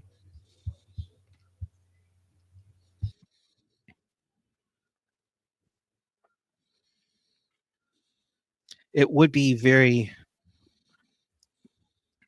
on script if it's like Sanderson or Hickey, Haley or Harley. yeah, Harley get the game winner in this. That would be funny. Especially poor Jake Sanderson. So many people, poor people memeing on that poor guy. Gotta be tough. I'm so depressed that I have to go back to watching the Sharks on Sunday. It's just not fair. It'll be okay. It'll be okay. It won't be okay. It'll be awful. Unless Celebrini does some cool stuff, which I expect. But it won't be this, right? No, it won't be this, but you would think next year he's vying for an opportunity to be on this Canadian Olympic team. Yeah. You know. Well, that's it too, and that's the other thing too, right? Like this is the warm up for the Olympics. Oh yeah, which I cannot wait for. Except for it's going to be in Europe, which means the games are going to be on stupid times. Oh, loose puck! Where is it? Oh, Bennington didn't know where it was. It got cleared out. Never knows where it is. That's true. And the puck goes out of play, and it looks like chip. It looks like it might have deflected off of the. Yeah, that was absolutely a deflection. You could see it from here.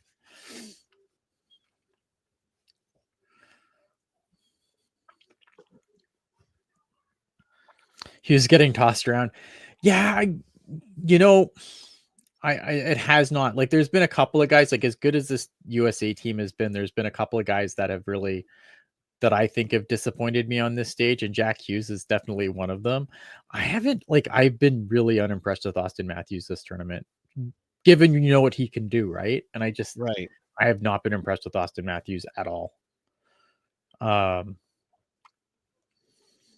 And that's not even just like my Toronto media. Yeah, huge Toronto guy. Yeah, huge Toronto guy. As we all are up here, as one is.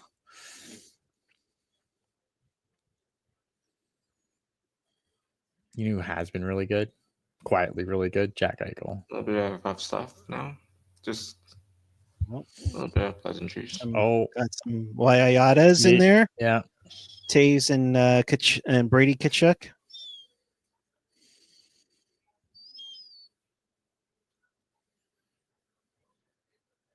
They don't. And what sounds like it's not letting up. You don't think Hughes is an elite center? I think he's an elite. I just think when the thing with these teams, right, is like, obviously you have to play a role. I like Jack Hughes. I think Jack Hughes is great. However, in a tournament like this, yeah, maybe he's more of a winger than a center, especially on a team like this, maybe. But I don't know. I really like Jack Hughes. Sorry, I'm keeping an eye on dinner really quick, That's so fine. pardon me going back and forth.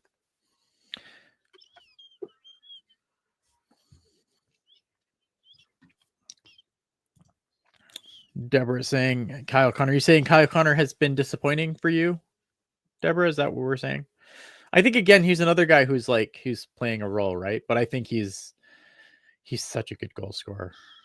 But yeah, he's had a pretty quiet tournament, hasn't he? I thought this was going to be a big coming out party for Kyle Connor. Boy, here we go.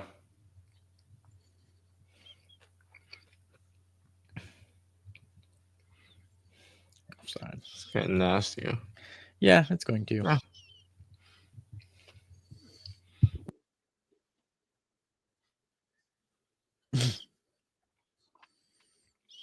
Mark Stone, you don't want no piece of anyone. Someone will poke you and you'll be on IR until the playoffs.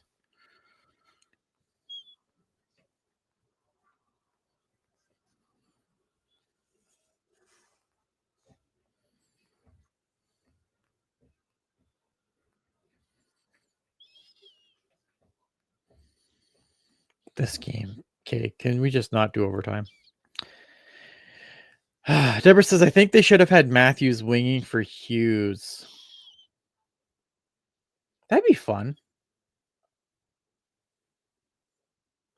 Yeah, I could see it. I don't know. Austin Matthews is so good, like center though. I don't know.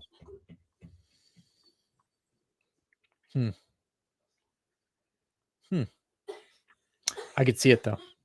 Yeah, me too. Kyle Connor is a guy. Yeah, Kyle Connor is a guy. I thought this was going to be a huge coming out party for him. But it has not been so far, and it's fine. Like again, like you know, these guys have to kind of settle into roles on these teams, and I think because of his lack of production early on, I think has had to settle him into more of a bottom six role, which you know, those roles are important. Don't want a seventh period stretch in. No, man, I have to work in the morning. Like, so we need to make sure that this ends at a timely hour because I want to do we got stuff set up for the post game. It's gonna be fun. We gotta set that up too. Oh, fun. It's gonna be good. Yeah. Hopefully good for me and not for them, but it could be good for them and not for me. So we'll see. Spoilers. Question for you. Yes. So I know. So we're going on after Sharks Calgary, which so great that that an American team is in Canada for Hockey Day in Canada.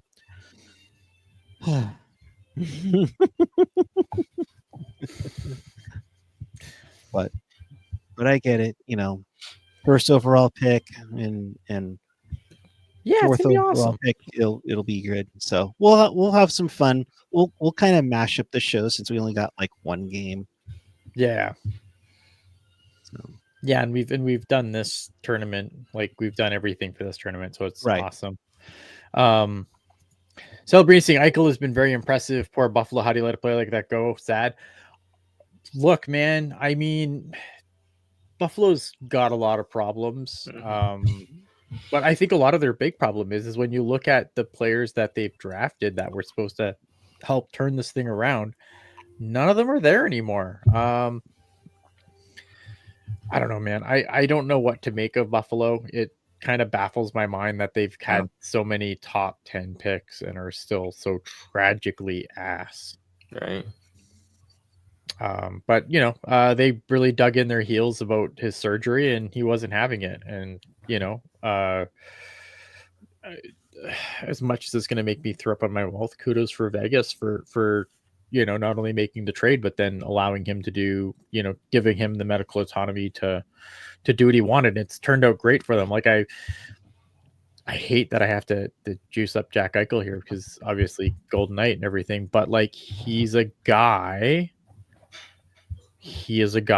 who should be, I don't know. I feel like he's a guy who should be in the Selke conversation going forward. Now, obviously, Barkov's probably going to have a stranglehold on that trophy, but I think Jack Eichel's another guy who should be just a perennial Selke candidate, if not a winner of it at some point. Because I think the way he's used in Vegas, the way they deploy him, he definitely plays the toughest minutes of any Golden Knight, and it's not even close. John saying it's almost like us having to sell Timo and Hurdle. But here's the thing, like Jack Eichel was supposed to be their Celebrini, right? Like Jack Eichel was the prize for doing all the selling they did, and now he's not there anymore. That's the difference. It's like Buffalo's rebuilded their rebuild like 3 times. Holy shit. Oh my. Score! And it's Jake Sanderson. Oh, yeah, there we go. Oh, was that 10? Nice. And it's 2-1 United States.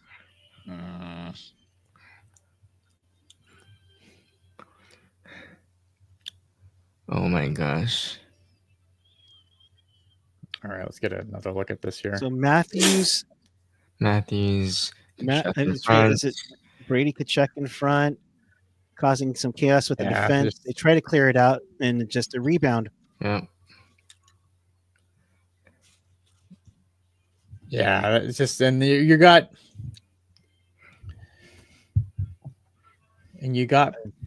like Colton Parayko there. Like he's not Yeah. Obviously, no one's playing with their usual, but like his defense partner is usually Josh Morrissey. So I think that's why I think the US has done a good job of exploiting the unfamiliarness of that pair.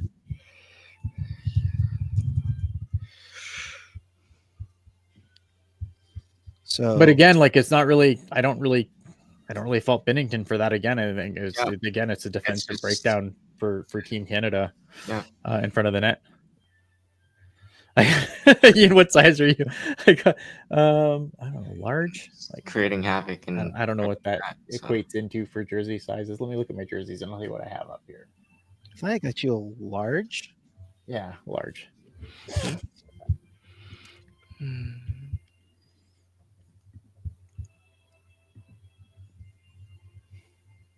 Oh.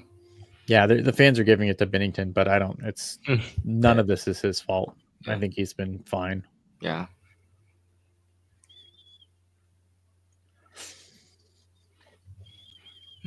Someone, oh shit. Someone, oh shit.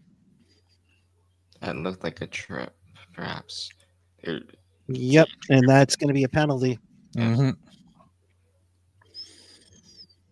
And the United States goes on the power play. Mm-hmm. Oh no, excuse me. Sorry, Canada has the power play. I was like, Trotrek's going to the box. That's not how this works.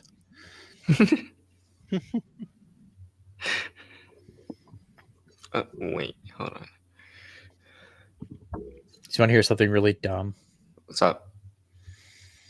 So when I was a young child, and I'm talking very young, when I was first started watching hockey, I always thought like the players got like actual powers on the power play. That's funny. I was a dumb child. I don't know. Those are like, that's like one of my earliest hockey memories is thinking that like a power play like gave them like superpowers. For the logistics of that, I don't know. I was like 3 or 4. I don't. Steroids on the bench, apparently.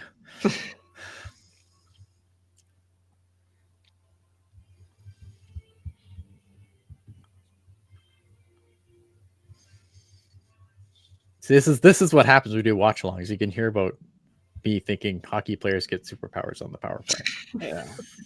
Well, they should. You won't get this anywhere else. I mean, shoot. The OV line seemed like a word back in '94. Oh, was it ever?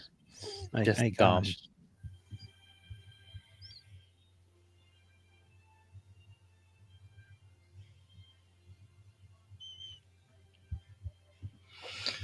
These guys need to. Oh, that's a good shot. I can't fault them for that. There you go. Be right back. In the mind of Canadian children. Yeah, I don't know, man. I loved superheroes when I was a kid, so it all tracked to me. Yeah.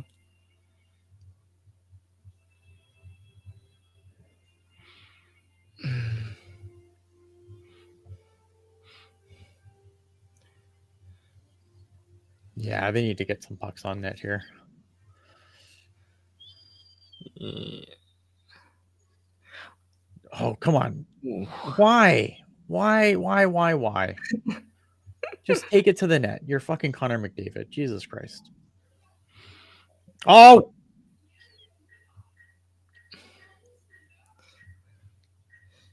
Come on.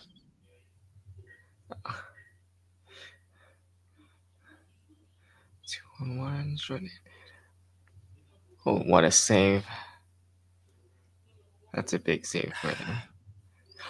What the? Oh my gosh. Wow. What a save. Yeah. Big save by Bennington there. Yeah. Gotta watch that stick, Bennington. Jesus Christ. That was scary. Dude. That's what I mean. Like Jack Eichel. Like, watch Eichel. Yeah. He's just like, he plays like, and this is the thing, like he plays all the stupid minutes on Vegas. Like he plays the toughest minutes for them. And I think, and you can see in this game why, just like the penalty killing that he did there. Yeah. So good.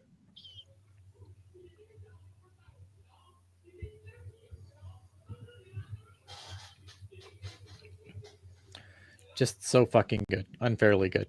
Yeah.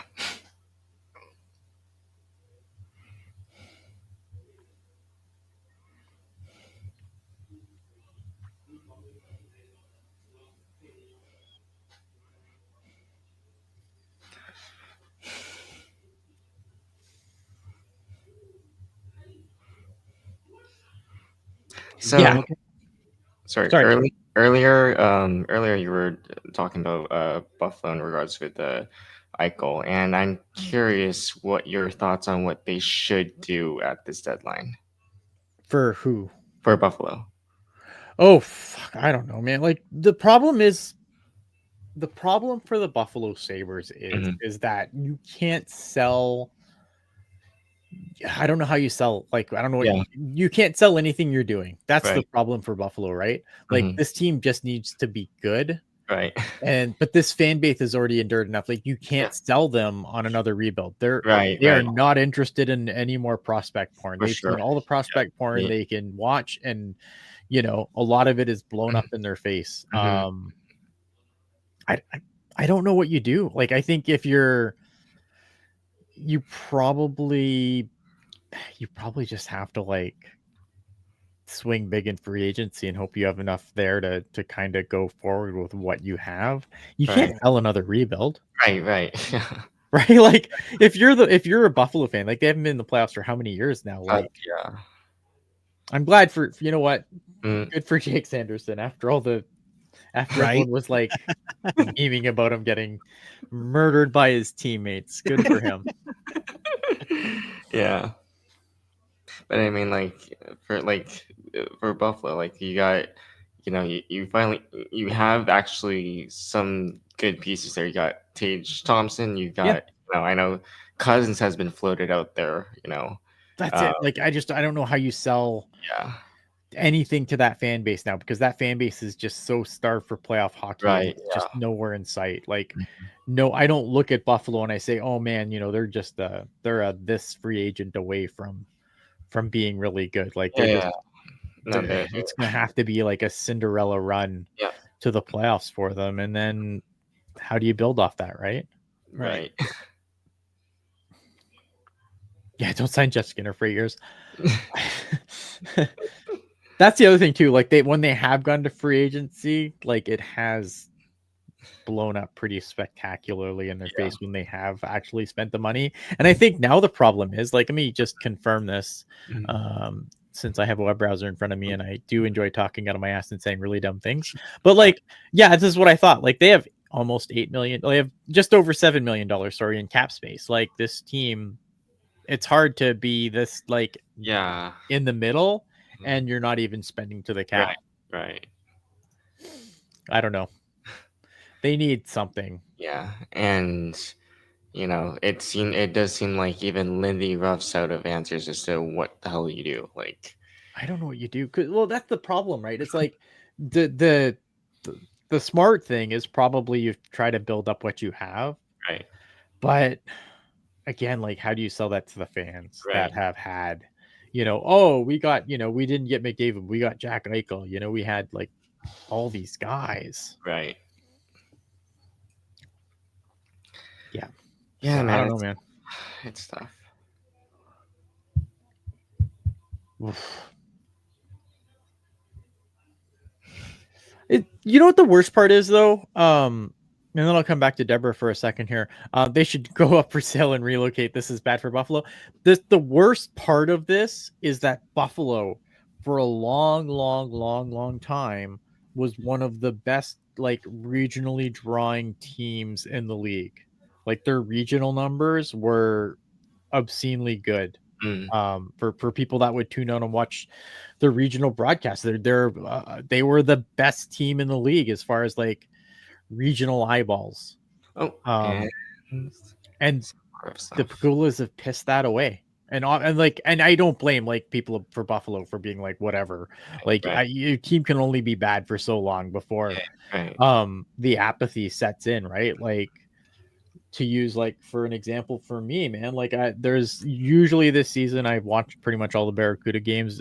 Even if I've had to watch them the next day, I doubt I'm going back and watching the game. Right. Why? Because the fucking apathy setting in. It's the Yeah. same thing as last year. They're falling out of the playoffs, and like I'll watch them because like once Pucknologists gets actually rolling again, then I do want to be able to like speak with some authority as to what's going on there. Yeah, but the apathy is starting to set in badly. Yeah. Deborah on the game says USA needs another goal because if we get close to the end of the period and Canada hasn't tied it up, McDavid is going to hulk out and score. I hope so. But no, I agree. Like I think that this is not a safe lead for the United States at all. They do want to add to it. I don't think any lead's safe in it. When you have this amount of talent on the ice, though, I don't know if any lead's gonna be safe. And just look at this season. Like, I mean, how many blown leads have we seen now? Christopher Hugg says, "Oh wow, Peter Puck, the complete series, Hockey Explained is on YouTube, 1970s. I am gonna have to go watch that later." Oh, Jacob Slavin just saved a goal, and he has been so damn good.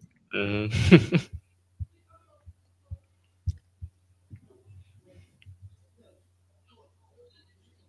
Oh my god.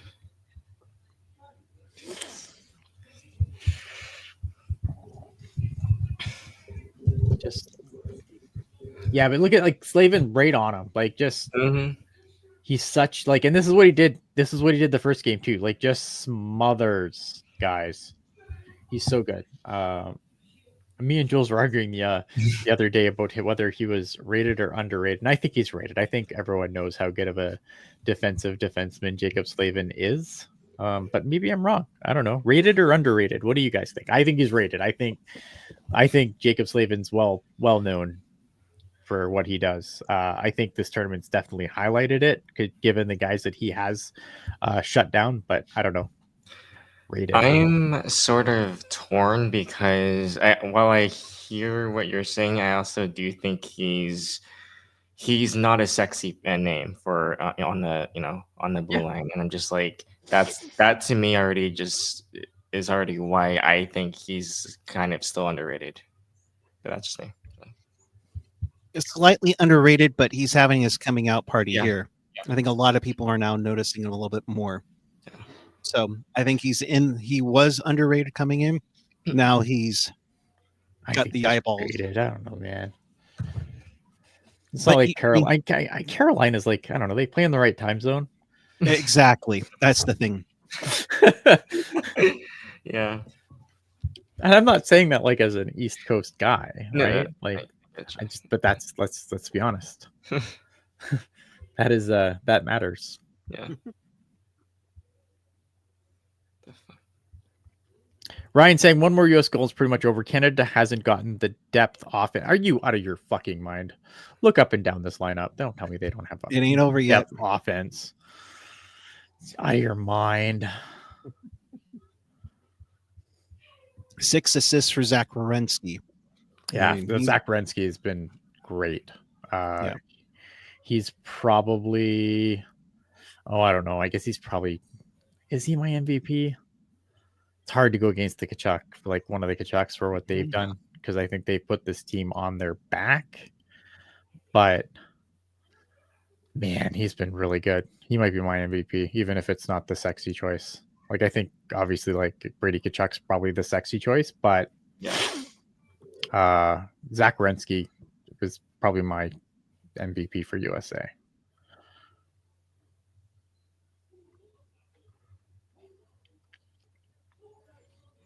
Him and Eichel, man. Because again, like I think Eichel doesn't show up on the score sheet, but right. He's so good. I'm gonna stop wanking Jack Eichel off for a bit.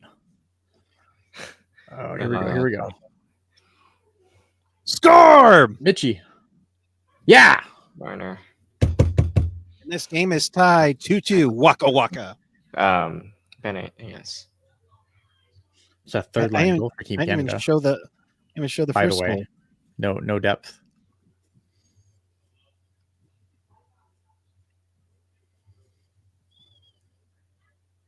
What a goal! Nice pass from Mitch Marner, and a nice shot by Bennett to Sam Bennett even it up for Canada. Yeah, there's that close. There's not a whole lot Hellebuck can do there. Like that's just a. That's it. That is a quote unquote goal scorer goal. Mm-hmm.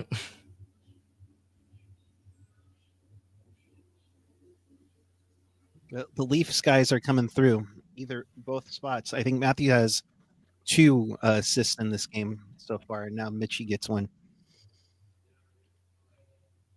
Which is nice because I think for Mitch Marner, like he had obviously the overtime winner in Sweden, but I think he's had a very, very quiet tournament beyond that. Yeah. I mean, obviously we need that goal, and so we're good. But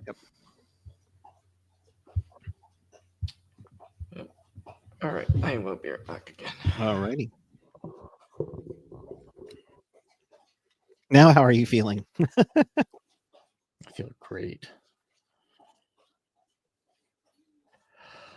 I feel great the whole time, though.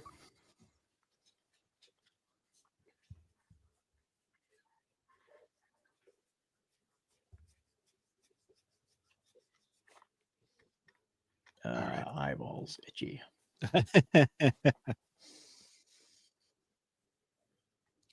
This is gonna get fun now.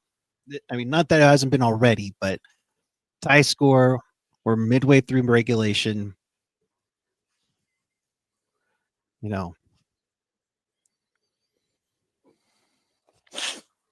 it's going to be a blast. Yep.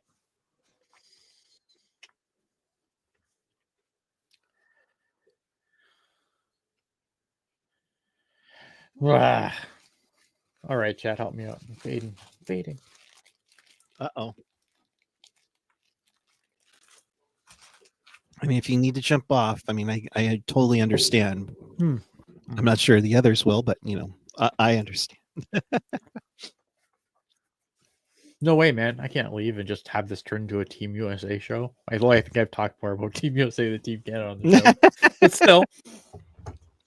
I mean, we did highlight one of your comments about Team USA on the reels and shorts and TikTok, but yeah, well, you know what? And it didn't do too bad, my friend. Didn't do? Oh, it's good. You know what? I'm glad. It's too bad that like an American couldn't have like a passionate speech about how good USA hockey is. It's really sad that it had to come from the Canadian, but you know, this is the life we live. We're getting there. I am not ready for triple OT. My God. Work today was so brutal, and tomorrow is not like it's on pace to not be fun. So I really need to sleep. So we cannot do triple OT overtime. He says that, but you know, deep down, you think he's going to get off the stream? Oh no, I won't. I'm here till the bitter end. I'm invested. Sleep be damned. Right. Well, I mean, but unless you have like an American boss, I can't see that happening. I mean, it's like I'm surprised you even have to work tomorrow, to be completely honest. Right. Here's the play again from Marner to Sam Bennett with the top shelf for Mama Guy to cookies.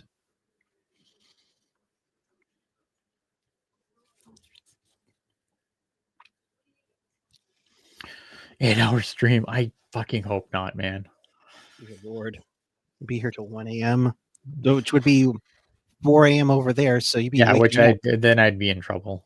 I'd be like, they'd be like, so why can't you come to work? Oh yeah, hockey game. Yeah, not good enough. Get your ass in here. See, that's where you guys need to take over us, so that way I have an excuse when the right. Yeah. It's like hockey game, right? I don't know, man, but like, okay, so let's workshop this for a second and just be completely dumb. So, like, if there was a merger of sorts and Russia's not allowed to play, like, who's the villain? Are we the villain then at that point? No, it's the combined. It's kind of come opposite now. Canada's USA, Russia is the United States. Oh, they don't like us either. Let's not get it twisted. But no, I'm just saying if you can compare it to like say 1980. Yeah, but Russia thinks they're the best hockey country in the world. Like they are very emphatic that they are the best hockey country in the world, which Canada also lays claim to. In a way, they cheated for like 20 years. So let's they not 100% did. You know, we're not gonna. Well, but that's true. This makes the draft. Yeah, it'll make the draft stream look like a quick upgrade. Yeah, because the draft stream, man, those are a marathon. Those are such a marathon. It'll be interesting this year. I wonder if the draft will be as long with the decentralization. I don't know how they're gonna do it. Like they're gonna wreck it. They're gonna wreck it. Mm-hmm. But it's apparently Gary Bettman doesn't like it either. So of course he doesn't. The draft has never been awful.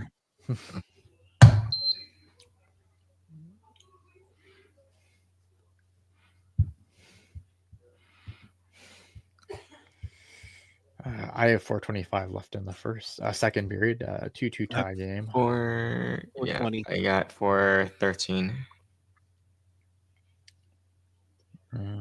Come on, go! No, stop blocking shots. Matthew Tkachuk has missed the last 7 minutes of the second period. Uh-oh. That's not good. That's not good, especially if you're Florida, you're livid. You're freaking out right now. Yeah.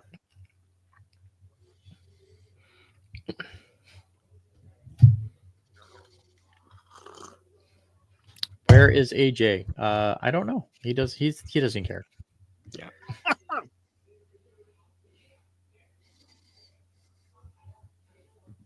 Oh boy. He is completely indifferent to this tournament. So unless USA wins, then he's all in. Then he'll be like he'll get on and pretend like he's watched this whole thing minute by minute.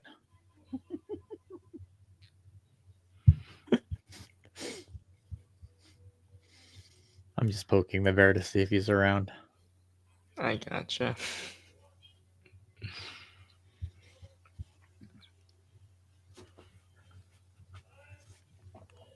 Go. yeah, he's a big Latvia guy. I mean, he did love Archer Zerbe and Sandus Ozlin, years ago. So I get you. Rumor is Teal Town USA player safety suspended. AJ. No. He's not. He's fine. No. He's taking time off. Yeah.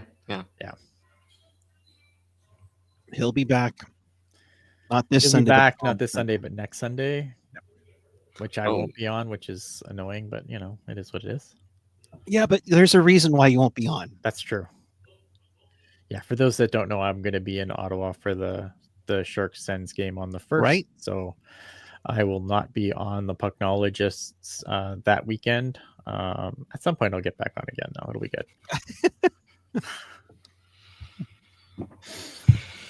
Oh, jeez.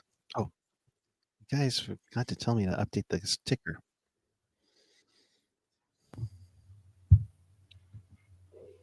Can I update the ticker? I got it. All right.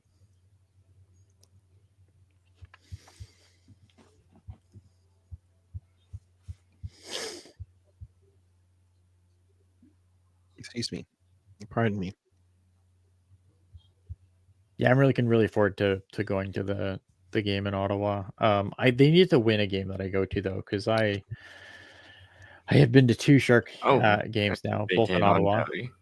Yeah, and they have lost them both, which is really sad. You've only gone to 2 Sharks games in your lifetime? Yep, that's it. The one in Ottawa in 2019 when they got when everything was going off the rails. Right. For the team, but we didn't realize they were bad yet. Oh, 1920. Yeah. So I watched that game. I was like, oh, that was a brutal game. But it was cool though, because for that game, I got to hang out with Jamie Baker for after the game for a bit.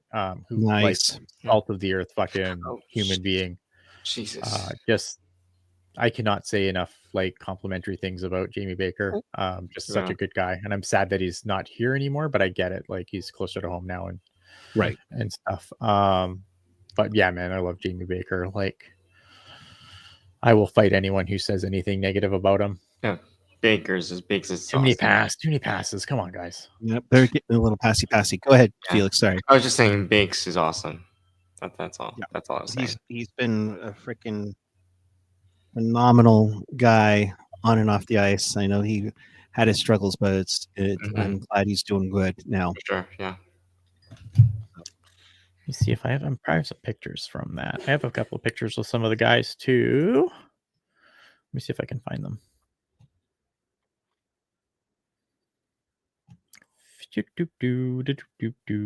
Oh, nope. Turned aside by Hollabuck.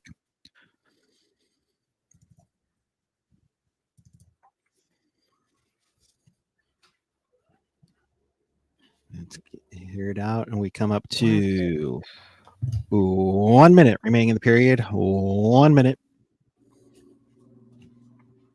Oh, they're probably on Jen's phone, not mine.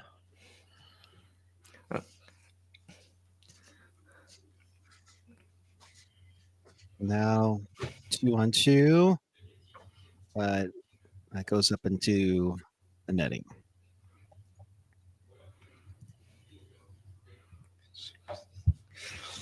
Wallpapered. What's that? Ray Ferraro described Brady Kachuk's hit on Doughty like being wallpapered.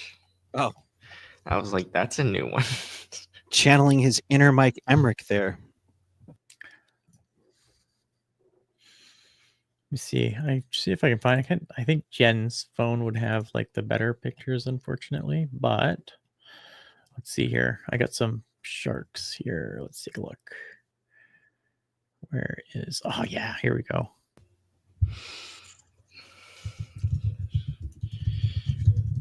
Cobra and Patrick Marleau. So I was pretty close to the ice for this game too, which was really cool. There's Chris Tierney and Patrick Marleau.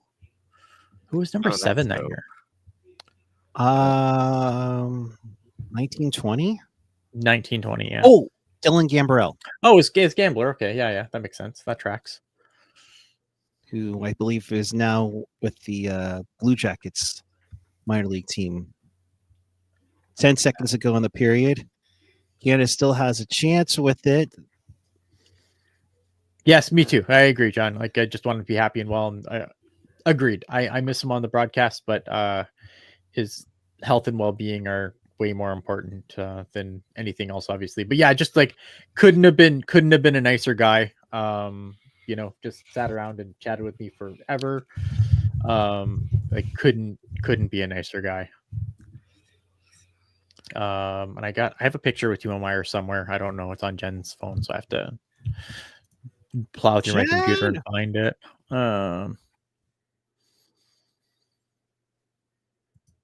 But yeah, no, it was a good trip. Yeah, no. And then the second time I went with my with 2 of my buddies, and that was really cool because we haven't the 3 of us hadn't hung out in probably over a decade at that point. Molasses, stop it. Shots even at 19 apiece. They added one on. So this is what now? Stop. What? Yeah.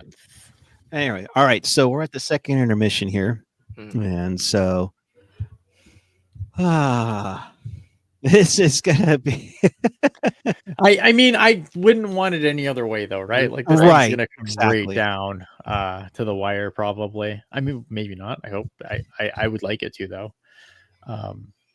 I wouldn't want this any other way. They did show a graphic down here of graphics of goal differential in the third period. Canada with a -5, USA +5. Of course, I think that four of those pluses came in from that Finland third period. So well, and the same for Canada, right? Like that was the big collapse for Canada a little bit, was against the Finns there, where they where the Finns kind of made it interesting. Mikael Granlund, who else made it a little bit interesting there, and then Sidney Crosby like, no, we're done with this bullshit, and put in the empty net, which is what you need a guy to do. Yeah.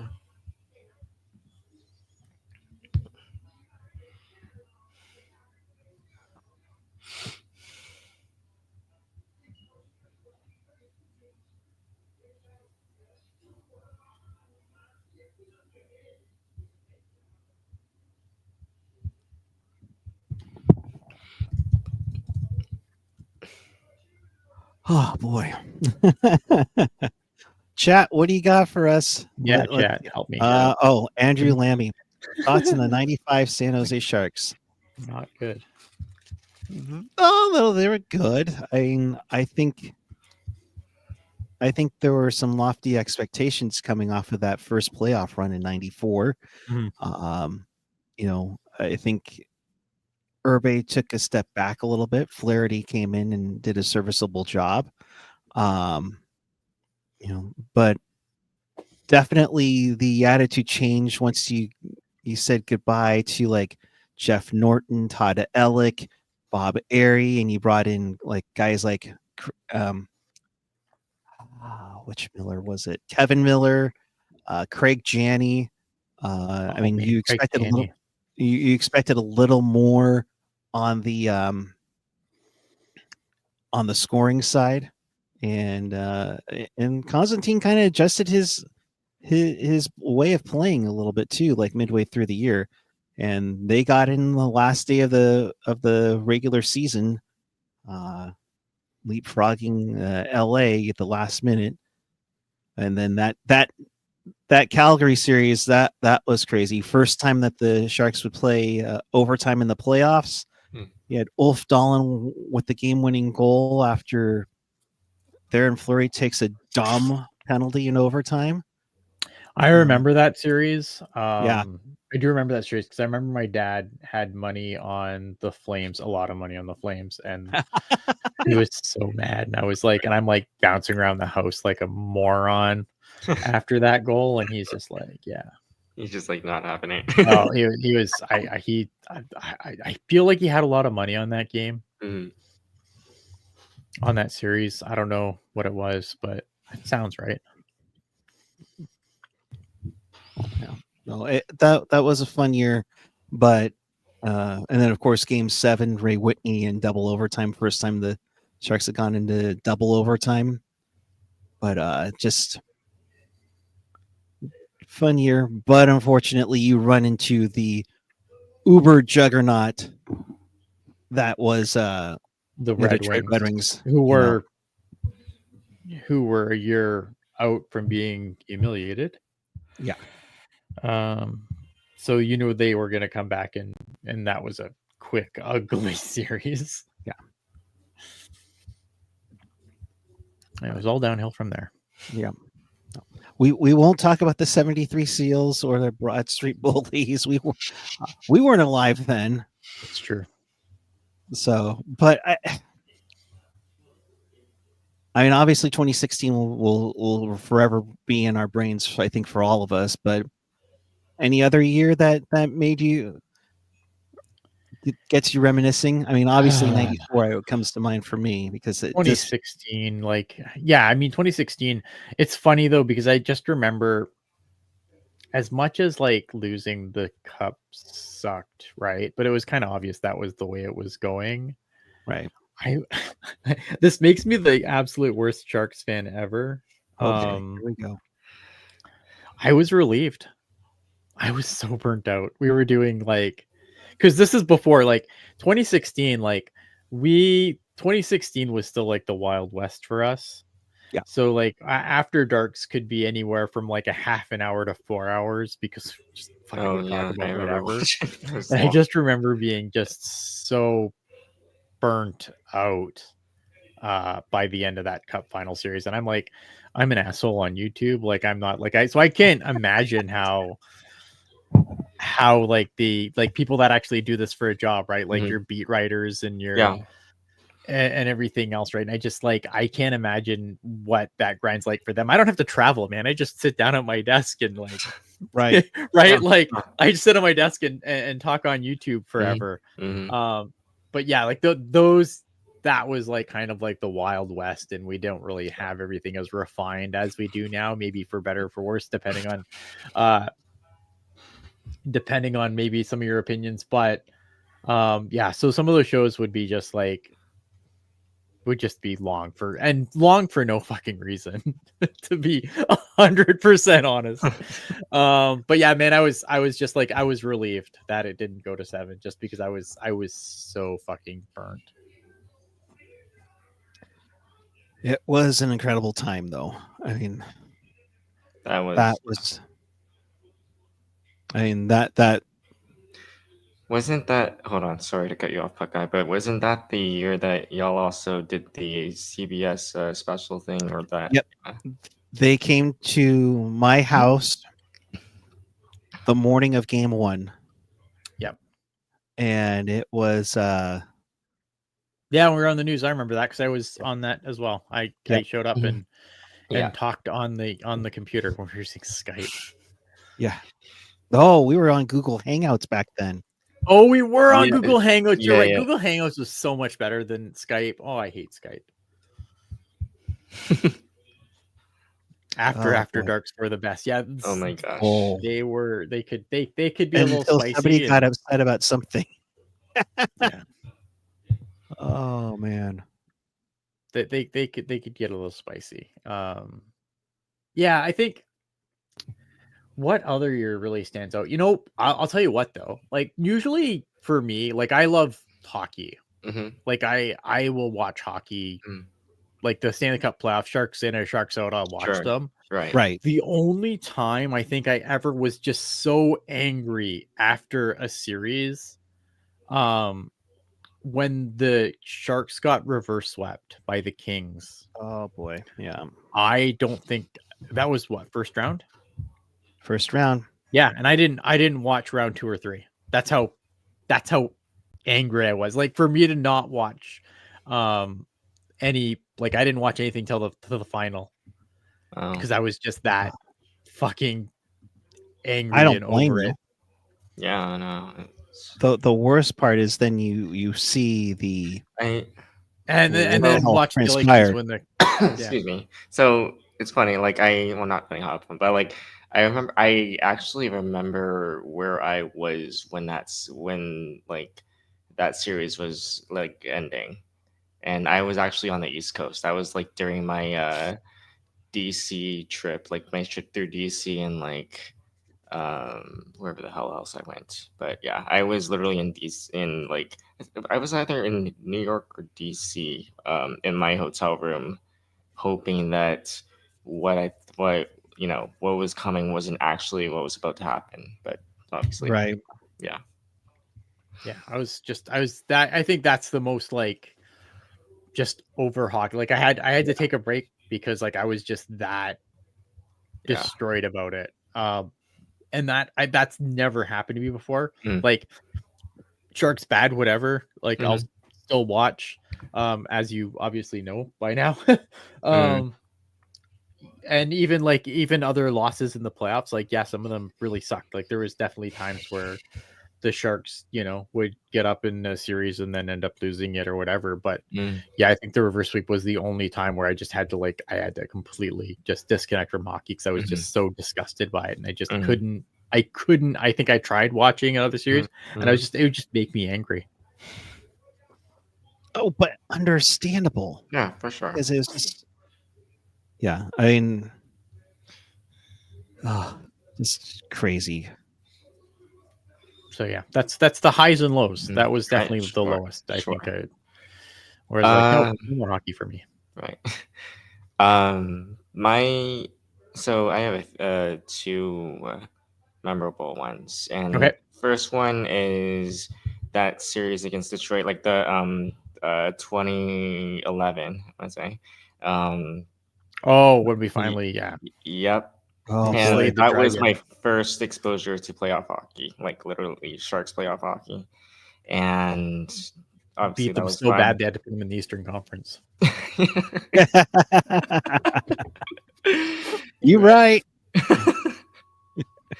But yeah, that's my first one, and then obviously we know what happened after that against Vancouver. I don't have to rehash that. And then the second one, well, I think both of you are gonna know the second most memorable one. 2019. Yes. Yeah.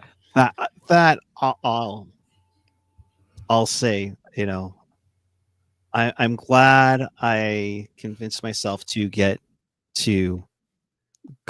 to that game, because I was up in the air and I'm like, oh, do I? It's like, no, it's a game 7. They got a shot. Yeah. I remember I think I called into work for that game. Oh no. Yeah. Yeah, I mean, it worked out, right? Mm. We'll never stop talking about it, but it Yeah. did work out. Yeah. Jesse saying this game broke me too. January 2020 game where the Sharks scored an empty net goal in DC and then proceeded to lose. Yeah, that was a mess. That was awful. That was a. You want to talk about kicks in the teeth? That was something. When you make history for all the wrong reasons, that's just oh god. First team in NHL history to score an empty net goal and lose. Like, really? Okay, great. California Cruise and I was at the 2012 Game 3 before we got reverse swept. I'll never forget that. They looked so good. They looked so good for those first 3 games, and then fucking they just they thought they had it in the bag. I just can't. Yeah, and then people were talking about they should lose Game 4 so they could win it at home, and nope. I mean, AJ will mention it ad nauseum. The Canucks fans did the same thing, and it's like you don't get it. Yeah, you put games away when you can put away. Yep, get it over with. And at that time, the Sharks had never swept the team. Yeah, so we had to wait for Vancouver for that. I can't remember what year. So, what year was that when they swept Vancouver? It was 2013. Oh, there we go. Not enough Matt Nieto talk in this chat. I don't. Is Matt Nieto still? Holiday sweater. Holiday sweater. He, I believe, is in Wilkes-Barre, Scranton. Yeah. Oh, he's not even in Pittsburgh. That's right. Time for me to rock my holiday sweater. That's rough, man. Wilkes-Barre. Mm-hmm. How are Wilkes-Barre doing? Oh, they're doing good. All right.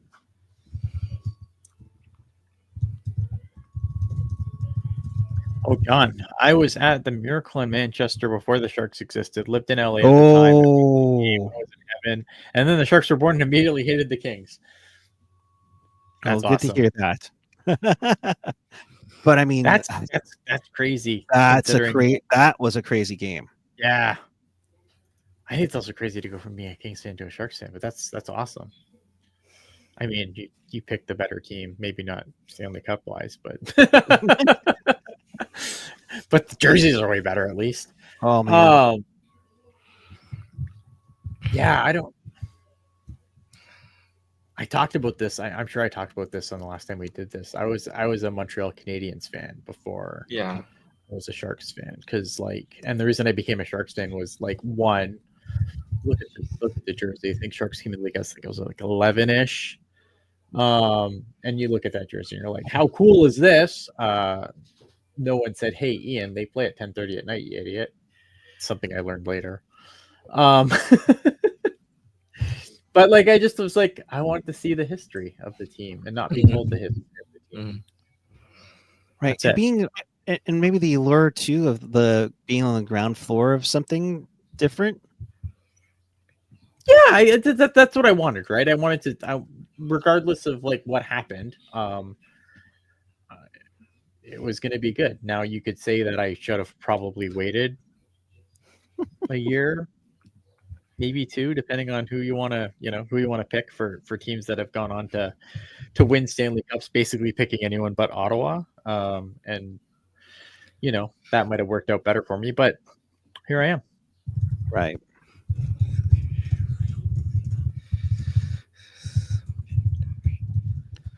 Oh boy. I mean, at least like Tampa or Florida both play in my time zone, so there's that. Oh, I think like when you think about it though, like the Sharks as they've been the peaks have been way more prevalent than the valleys for the Sharks, whereas like you can't say that for like one of the Florida teams, right? Like the valleys were just as deep for them, and you could probably say even like other than now, but I mean if you go back and look at how bad Florida and Tampa were for huge stretches. Well, I mean, how many times did we hear Florida move them to Quebec City? I mean, and until recently, Johnson, because the Barrie natives, which was easy. Yep, fair enough. That tracks. I can get that. I can get behind that. All right, so third period. Yeah, third period now underway. Oh boy. I mean, this could be career changing for somebody, you know? Yep. It's going to be a big one. So glad you're with us on this Thursday night. I think the next time we do this will probably be when the Sharks return to playoffs and go into overtime.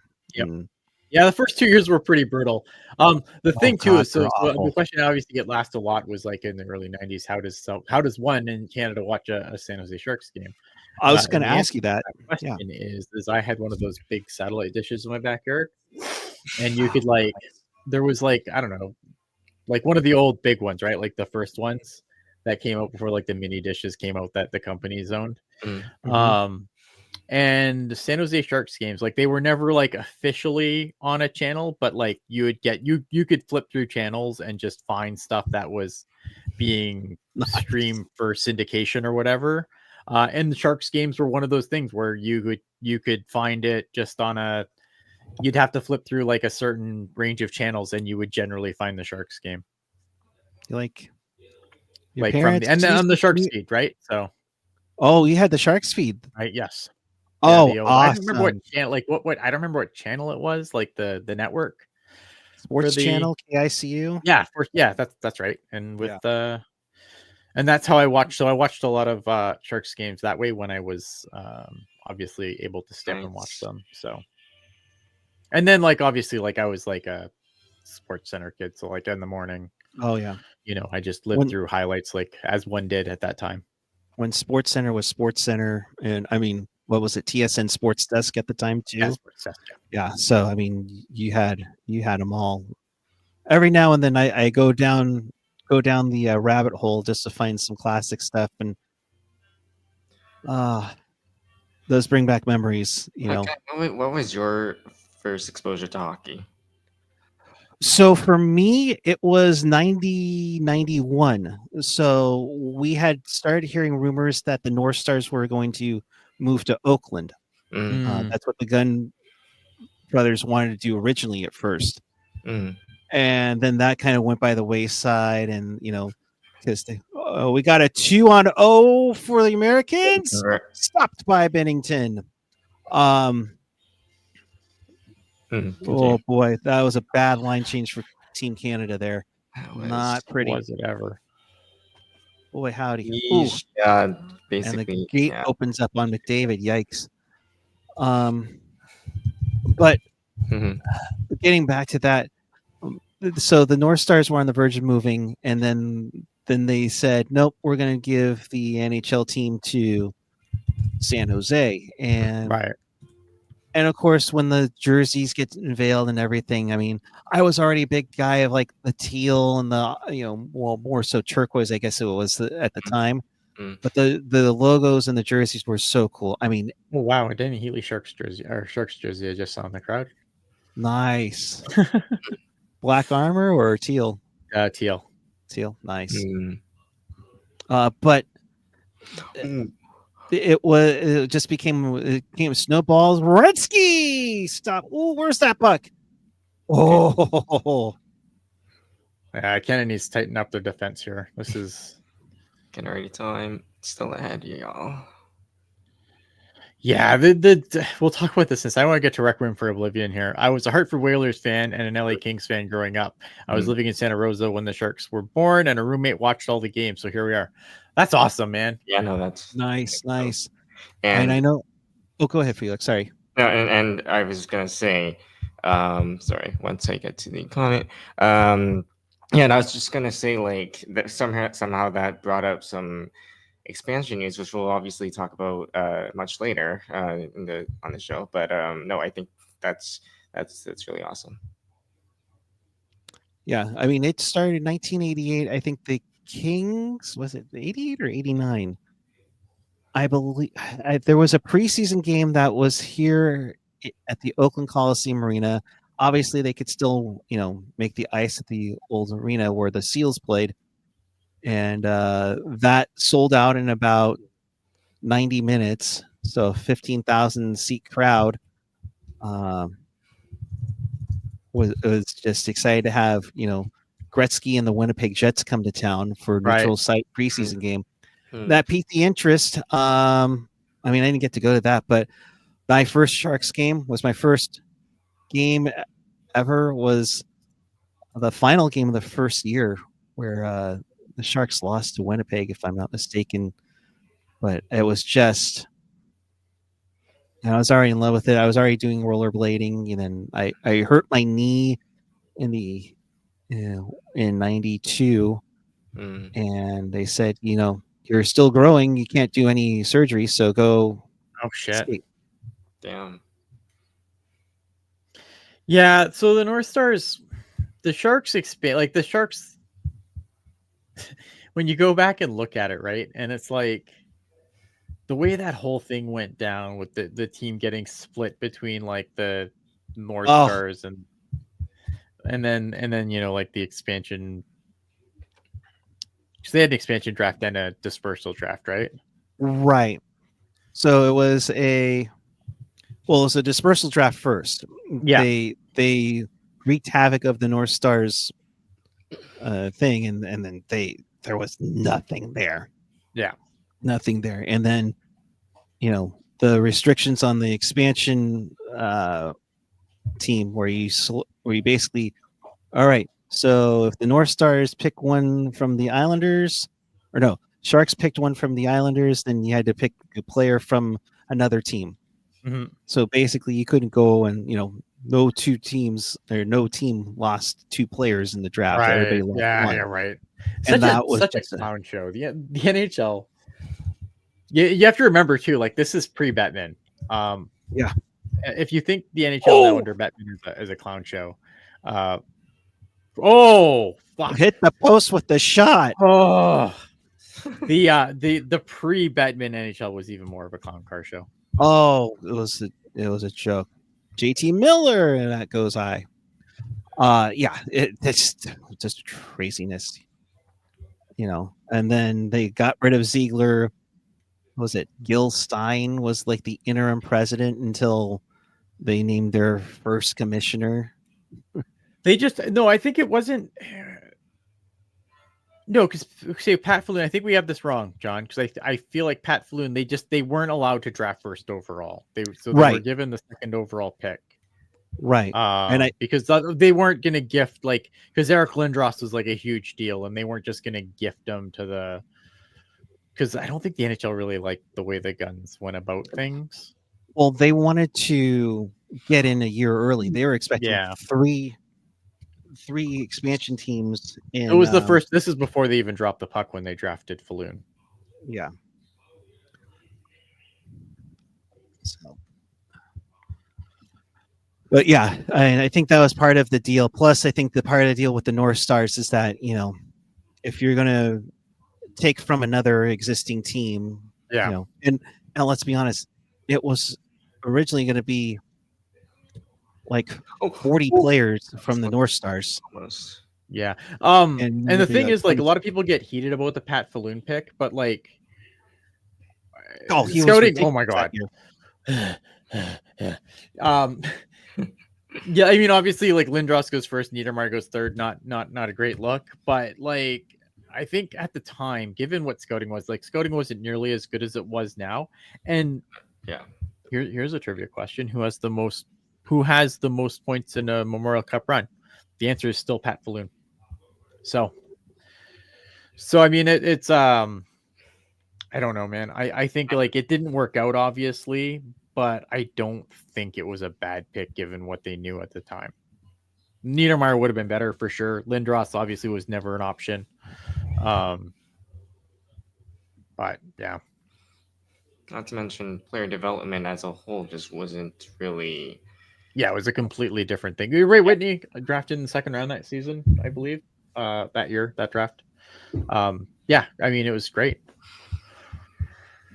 I don't know. It sucks it didn't work out, obviously, and like he didn't really keep in shape. And again, this was back like guys weren't in the shape that they are now. Right. You get away with a lot more. Right.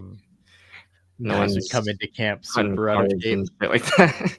Yeah, like Pat Falloon was far from the only guy to show up at camp completely out of shape after summer. It's such a different game now. Yeah. I mean, should you look at all the quote unquote rumors that about McKinnon's, diet habits and all that kind of stuff. Yep. It's crazy.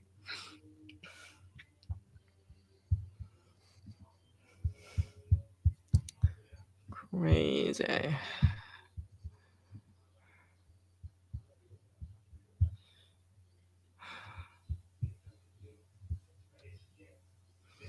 The dumbest QuickBooks commercial. Sorry. All good. Bring it in. Can the U.S. get a power play? Yeah, I don't know. If Canada commits penalty, I'm sure they can. It's got to be something obvious though. Like I think that the call on the States, like that was a blatant call. Like you had to kind of call that. I don't know. It's going to be hard, man. It's third period. It's a tie game. Mm-hmm. It's like it's basically a one game winner take all thing. I don't know, man. I think like unless you decapitate somebody, the whistles are probably staying in the pocket at this point, right? Unless it's obvious. Yeah, I can't see it going another way. Yeah. So this prison is yard rules. All right. So here we go. Christopher saying, I saw the Red Wings play the North Stars at Joe Louis Arena in the late 80s. Apparently, I went to a Leafs Wings game at the Olympia in Detroit when I was 7, but not much of that recall.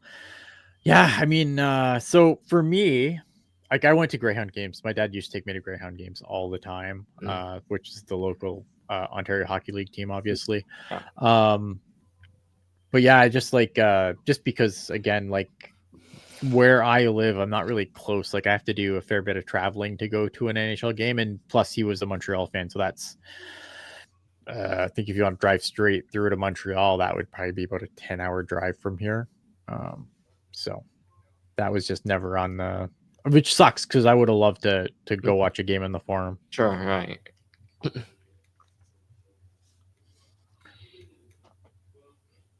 Oh, I feel the throat tightening up now. It's getting there. It's getting there. Quickly getting into.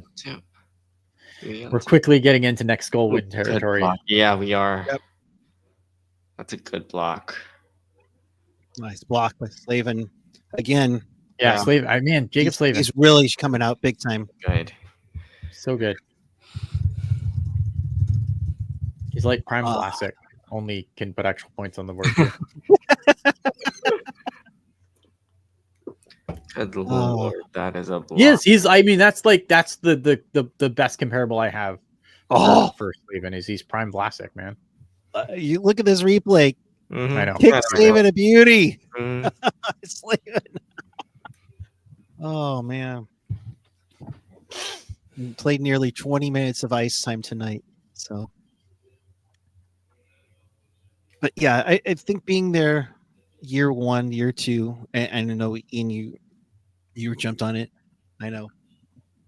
Excuse me. Felix, I know you weren't here yet, but just to see this place get all on board with hockey is great. Yeah. I can't wait for it to get on board with it again. It just really sucks, and maybe we'll talk about this a little bit on Sunday. Sharks can't get any momentum from this tournament at all.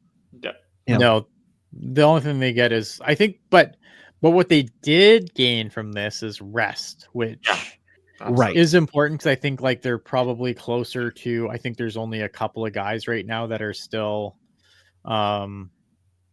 questionable to play on Sunday. Like it sounds like Wenberg's back and a few of the other guys are back too. I can't remember who's still out. I think Ruda's still out. But other than that, like what this tournament did give them was time to get healthy, which they desperately needed. For sure. And just sort of as Drew Amanda was saying, like the last game before the break, just get their minds off of hockey, like for a little bit, Hopefully that's a reset. I hope they come out and they play better than they have. Sure. Like not too good because obviously we're now in we're now fully in like eye on the prize, and the prize is Matthew Schaefer. But yeah, no, for sure.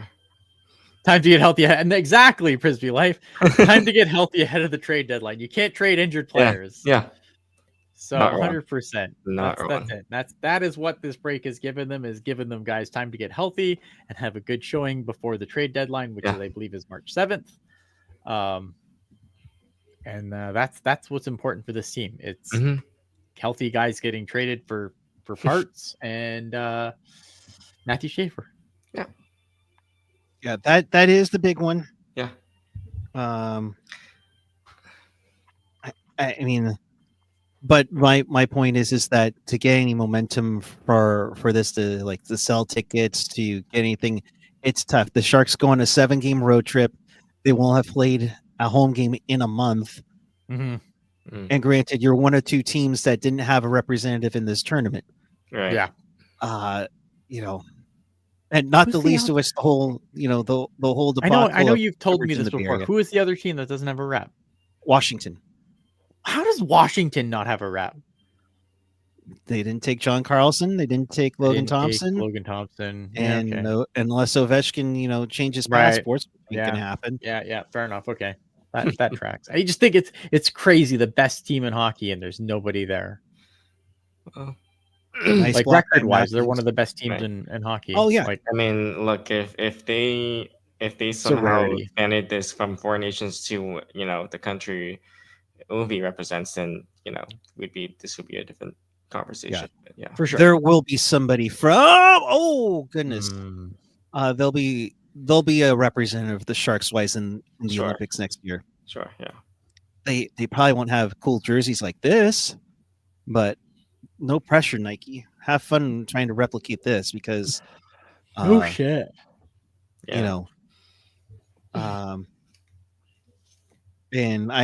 I'm sure they're all watching, but Andrew Season, my very good friend Eric Bottomer, Brian Gundell, know all those designers at Fanatics. One, do you need a janitor to work in your office anytime soon? And two, you freaking killed it with these jerseys.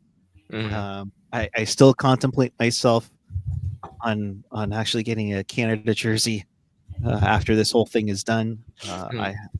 I don't know where my 1998 USA hockey jersey that Eric Bottomer designed, which was the absolute best.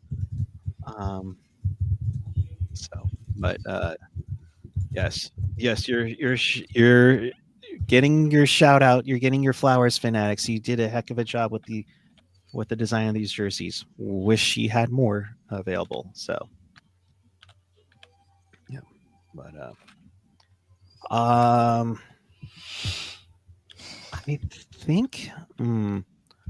think I will set up a separate link for After Dark. Okay, sounds good. So give me a moment. I might lose you guys, but I shouldn't. Don't let AJ hear the Fanatic shout out. I know. I don't know. I mean, I look I'm at sure these sweaters. So I think you'd have a hard time arguing that they're not good. No, and the league itself looks fantastic too. Yeah, I'll as much as I don't like to give Fanatics any credit for anything, The good thing is, let me before you say that. The good thing is that a lot of these guys jumped over from Adidas. So Yeah, but I think the other thing too, though, like when you think about it, though, too, is like, you didn't see any of like the, at least on the ice, right? Like, remember when the baseball season started and the Mhm. dude's pants ripped? Like, we haven't seen anything like that on the ice, at least, where like nothing's, no one's come out to have their number fall off on the ice or anything like that. I'm sure you've had a couple of name Right. snafus, but that happens all the time. That happens regardless of who's making the sweaters.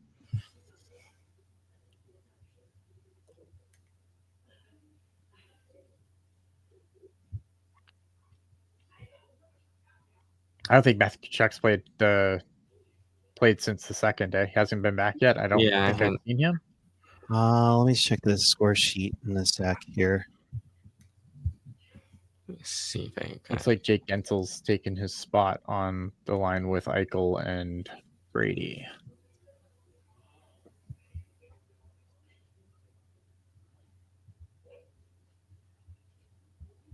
Oh no, Boldy's on the line with him.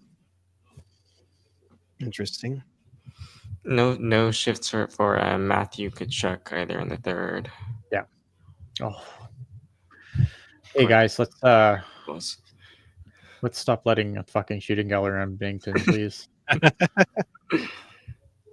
He's not like, here's the problem, right? Though, like you're like holding your breath because like Bennington has given up bad goals in every game. Like, I don't think he's been bad, but he has given up bad goals. Yeah. So if you're just gonna let guys shoot at him, like you're playing with fire.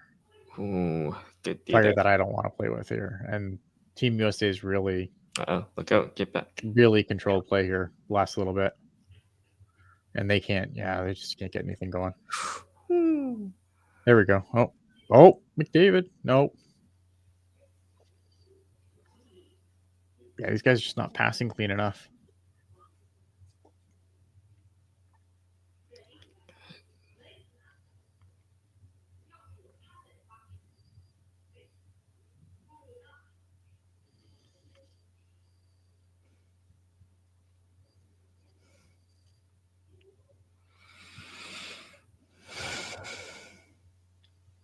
Come on. Yeah, Frisbee like saying, I found like fanatics learned their lesson with the baseball jerseys this year. You hope so, man. Like, yeah. I think they had to get this right, though, right? Yeah. It was like, I still think the practice jerseys look weird, like with the what look like ribs on the shoulders. Yeah, they're pretty nonsense.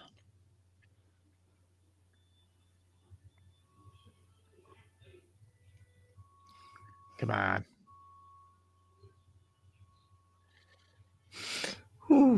How much time is left on in the? I got. I'm coming up on 7 minutes. Yeah, 7, 10, 9, 8. Okay. Oh. Oh. 6, 2, 1. Oh, boys, come on. We are going in. This game's going to overtime. Fuck me. Sorry, Ian. Canada does not want to do this the easy way for you. They never do it the easy way. That's our whole MO. It's been craziness. Appreciate all you joining us here. It's been fun. It's been crazy. Yeah. They never do shit the easy way, man. Just never.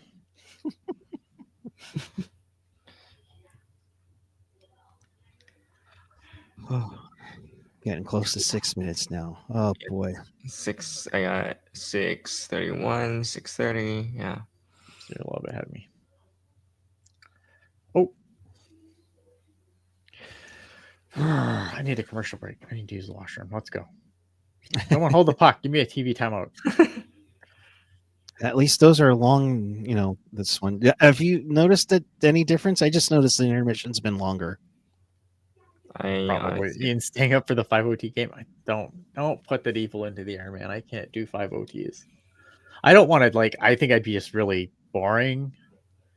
I don't think I'm high energy on this show at all, but I think by 5 overtimes, man, I don't know what the fuck I'm gonna say anymore. Like I'd be just mumbling nonsense at that point. At that point, I think we'd be probably. Oh. I know you're hating play by play, but at that point, I think we'd probably have to go to because it'll just be chaos. Yeah. Yeah, I'd be mumbling nonsense. The score: Weekend Warriors 2-2 in the third period with just over 5 minutes to play. If you're not watching this game, I don't know, man. This has been really good. Yeah. I think it's exactly the kind of game that you kind of wanted to see, right? Really tight game. Mm-hmm. Yeah. This is skill on display, nice. like, you know. This is exactly what I was expecting it to turn out to be. Yeah. You know. Yeah, this tournament, scoring. they killed it, man. The NHL killed this tournament. Mm-hmm. Yeah.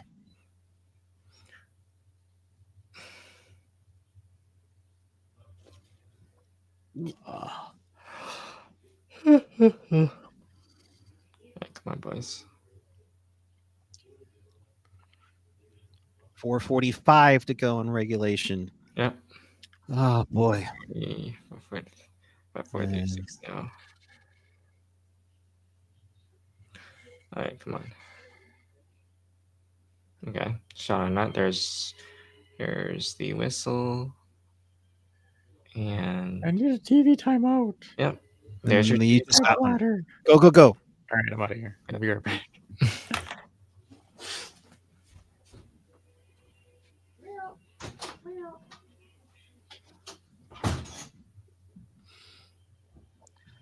How you holding up, Felix?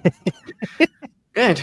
I mean, for what many have probably called like about a week and a half ago a fake tournament. I mean, this has provided nothing but great hockey. Yeah. No, for sure. And no matter what, hockey got some exposure, and it's going to be great to hopefully build upon for growing the game a little bit. Yeah, I don't disagree. I think, man, it's on the one. It's funny. I'm actually sort of torn on this because, like, on one hand, I really do not disagree. It's been a great tournament, like hockey wise. Mm-hmm.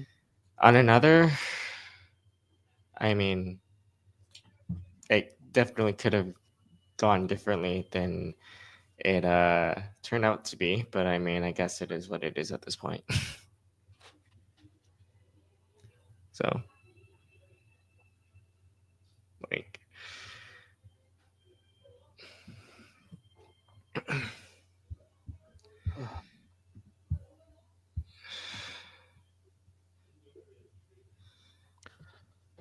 cheers, Sean.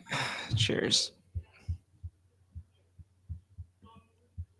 Sorry, I'm trying to set up the after dark. No, Really you're quick, good. so forgive me for not seeing the chat right now. You're good. Yeah, as much as John's saying cheers. All right.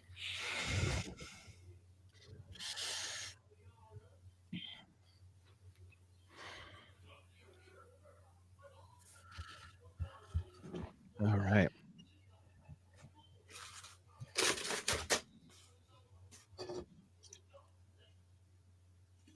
Oh. Yeah, we're tied. Yeah, we are tied 2-2. 4:29 to go in the third period. Canada goals from Bennett and McKinnon, and USA goals from Sanderson and Brady Tkachuk. Hank, is anyone excited to go back to the All-Star game?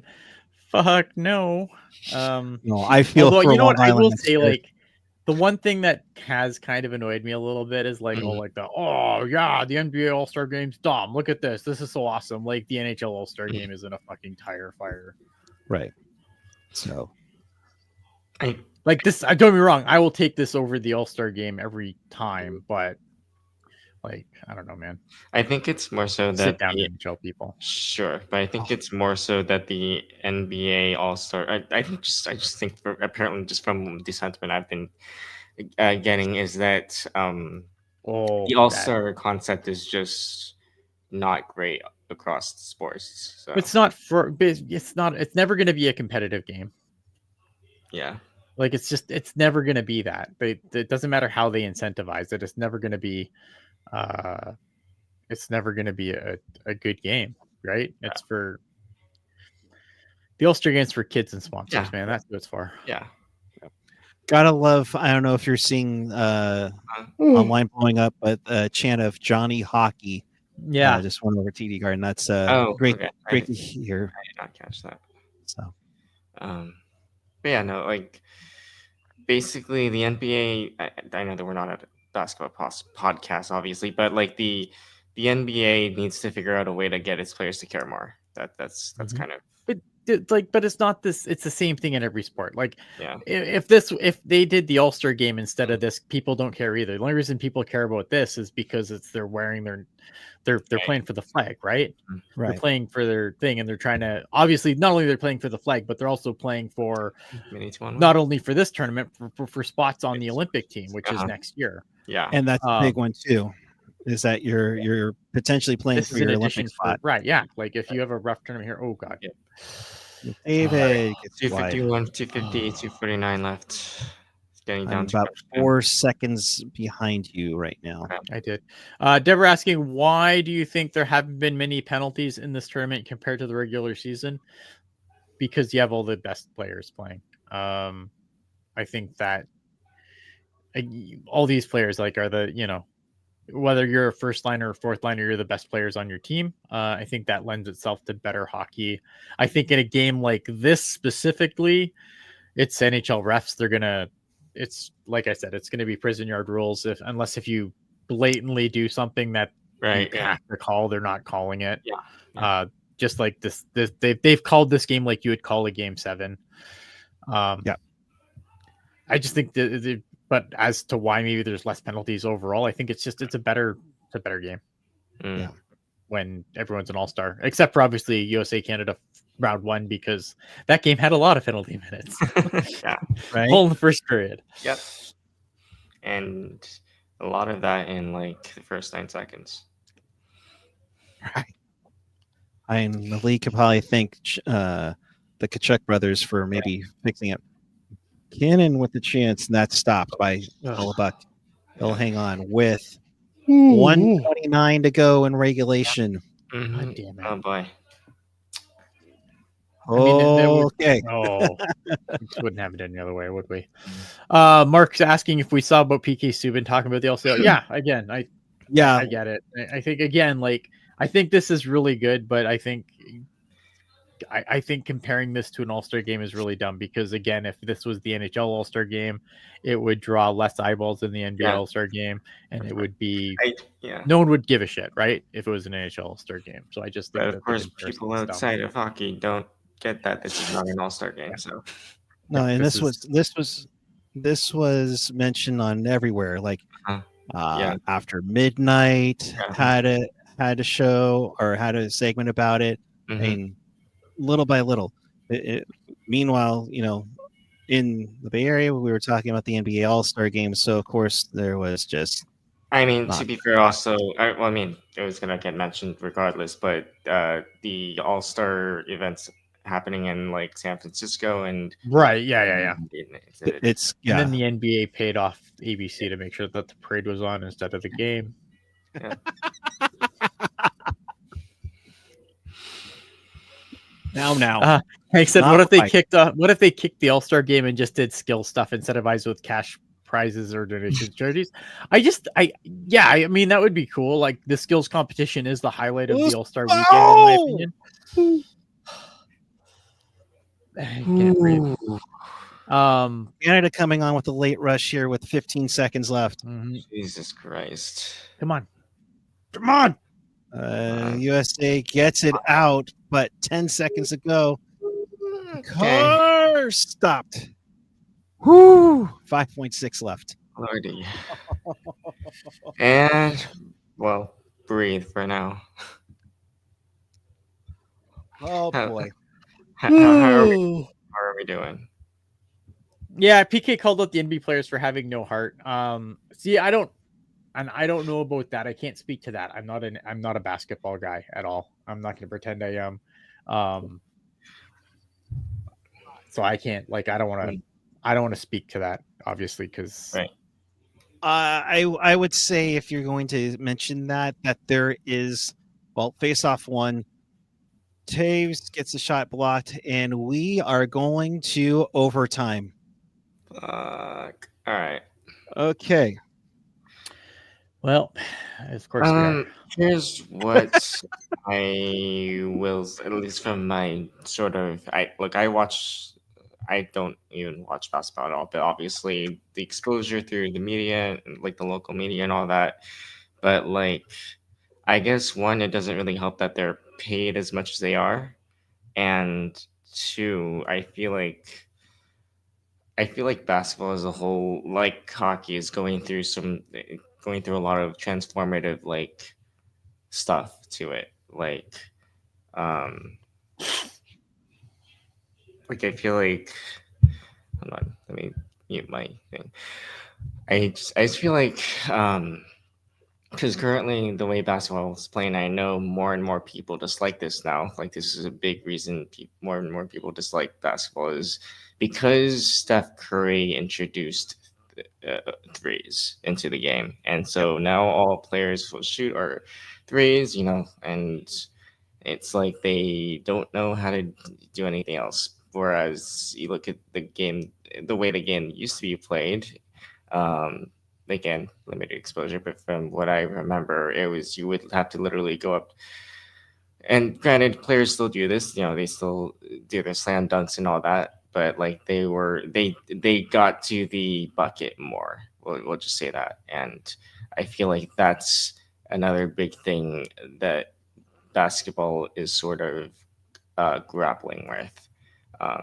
So yeah, and I feel like that's more or less reflected in their All Star events. So I don't know. That's just my take.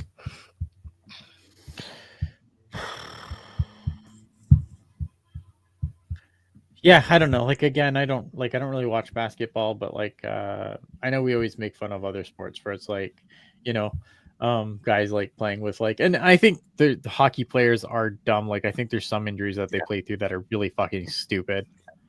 But like at the same time, it's like, I obviously hockey players are tougher than basketball players. Yeah, I think that's pretty undisputed. hockey players are just a different breed. Like, All right, OT winners, kids. What do you got? already. Fuck me. I'm gonna go McKinnon for Canada and um, let's see who else who scored. Who has which goals again? Sorry, I have to look at the game center. All right, McKinnon for Canada.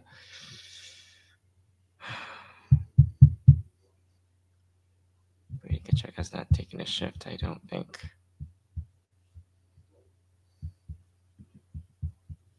And yeah, I think Eichel. Screw it. I'm going Eichel USA. Okay, Ian. Sidney I mean, Crosby. obviously we know Canada, but I mean, pick one for each side. Okay, so I'm gonna take Sidney Crosby for Canada. For Team USA, Jake Gensel. Okay. I'm going with Connor McDavid for Canada and San Ramon native Austin Matthews. He's had 2 assists tonight. He's blocked a few shots. I feel it a little bit. So, if you're in the chat, let's hear your picks.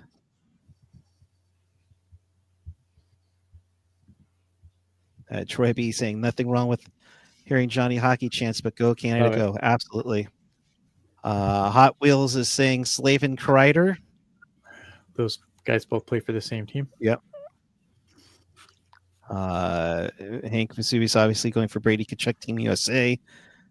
So, yeah, I was tempted to go with Brady too, but I think like Jake Gensel like he's fucking guys like so good.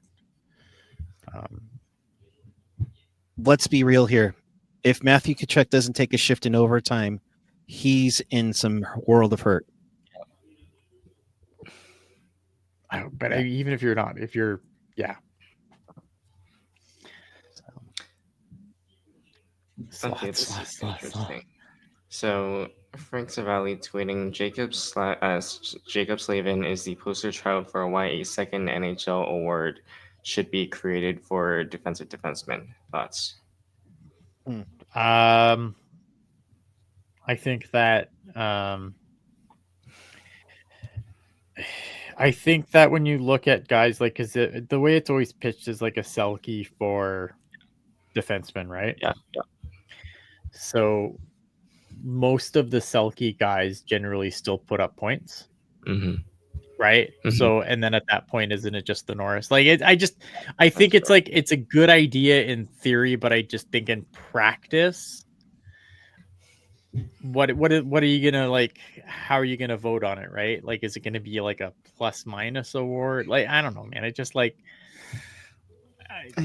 great in theory. I think in practice, I'd be curious to see how it would be implemented and like, would it really change anything? Because I don't know, man. Like, because most of these guys that win Norris's, right? And I know people are going to scream at me at the exception, but most of them, like you think like Cale Makar can't play defense? Right? Like most Norris winners can play defense and are chewing up tough minutes for their team. So I just think it's, I don't know, man. All right, I'm gonna put my dog out. I'll be right back. Okay. All right, I'm gonna go for a bathroom break then. Real quick, go. and then... Go. This is.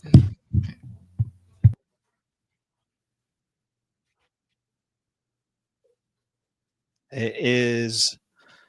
I'll give you some stats here. Why not? This has been an incredible tournament. I don't think anybody expected this to be what it turned out to be. We've heard, oh, it's just a fake tournament. Oh, they're not going to give a damn. They gave a damn, and it's showing big time. So it's been an incredible time. I hope you've enjoyed this tournament as much as we have. I know we had a fun time bringing you After Darks and the second watch along. So we'll see. Shots on goal, USA is out shooting Canada 27-23. The third, USA outshot Canada 8-4 in that one. Face off practically even right now. Only the one power play for Canada. They did not score on that. Hits are even as well, 27-24.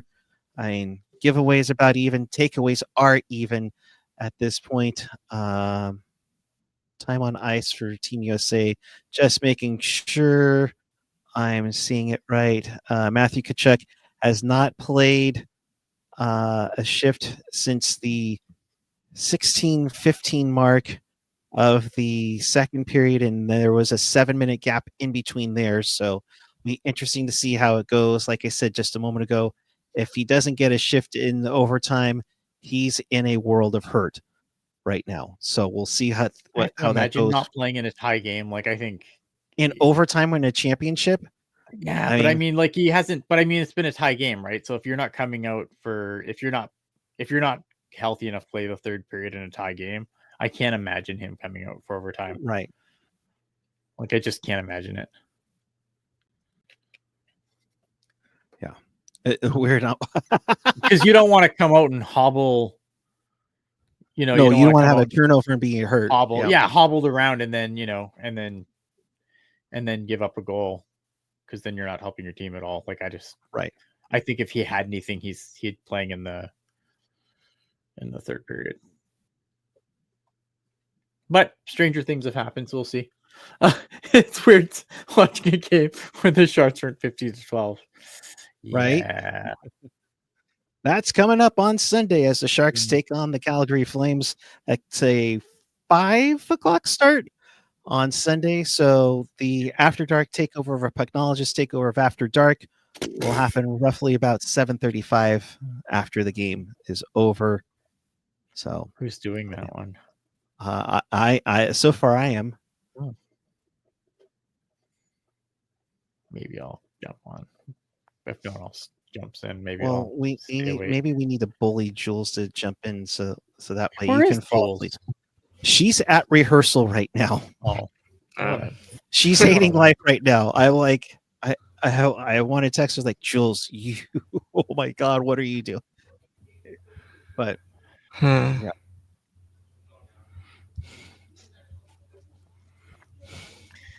I don't know, man. I have to have words with her later.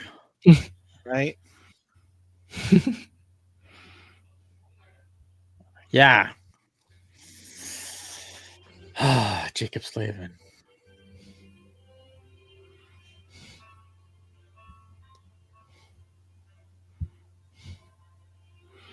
Oh my God. Even Jules needed flu-like symptoms. Yeah, that's what I'm saying. Right. That's how we were able to call up Felix to help out tonight. Apparently, yeah. And That's how the roster rules work on Teal Town USA. Yeah. Apparently, a retired NFL quarterback is watching this game. Like, and I haven't even JJ been on Watt's social media at all huge tonight.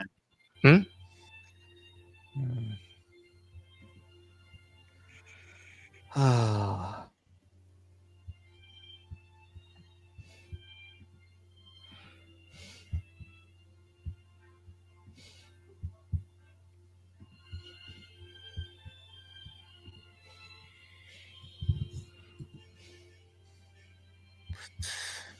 And they're playing the Herb Brooks speech from Miracle right now on ESPN. Yeah, they were playing that earlier too, I think. Yeah.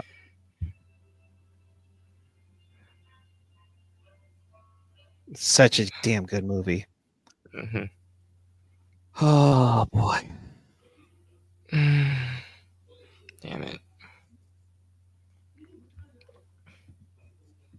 This is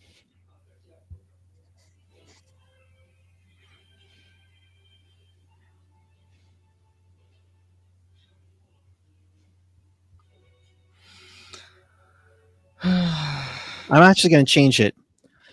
So Austin Matthews for the U.S., Brad Marchand for Canada in his home rink. All right. Just to match what I'm putting up for the Butchie Overtime Challenge. Okay. Right. Oh boy. So, how much longer till OT starts? we should be coming in a few minutes now. Yeah. Hold on. My stream is buffering.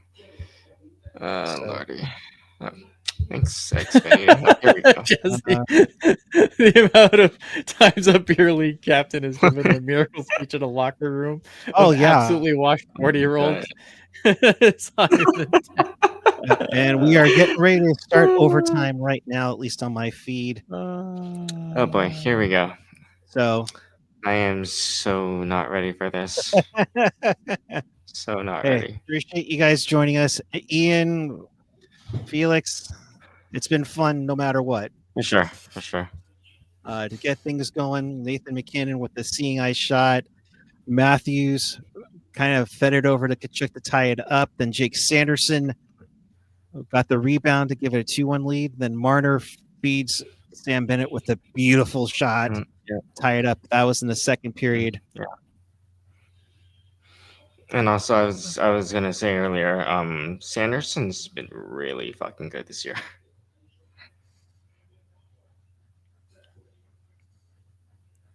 I just liked him. All the memes about him getting murdered still. All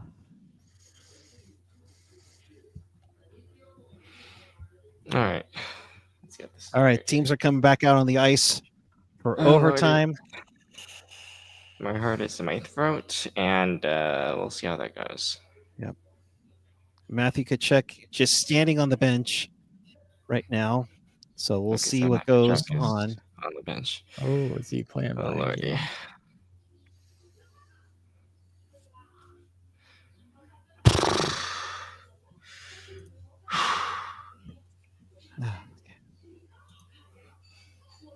Oh, that's true. As I mentioned on the broadcast, Sanderson and Brady Kachuk, both Ottawa Senators. Right. So huge for them. Yeah. All right. Remember to breathe, y'all. Remember to breathe. Yeah.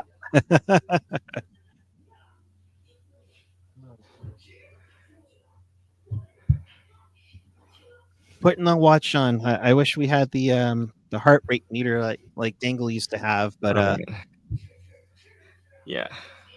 But it's gonna be fun, gang. Yep. All right. Here we go.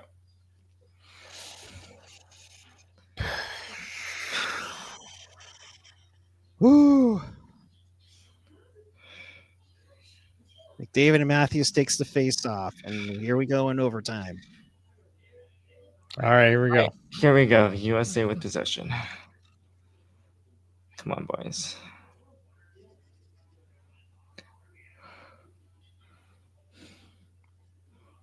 So again, 20 minutes until they die. 5-on-5. Yep. NHL playoff rules. Yep.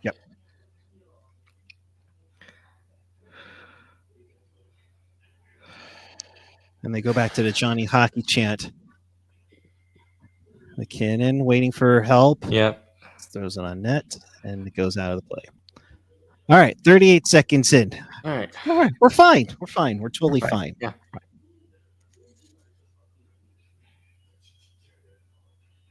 I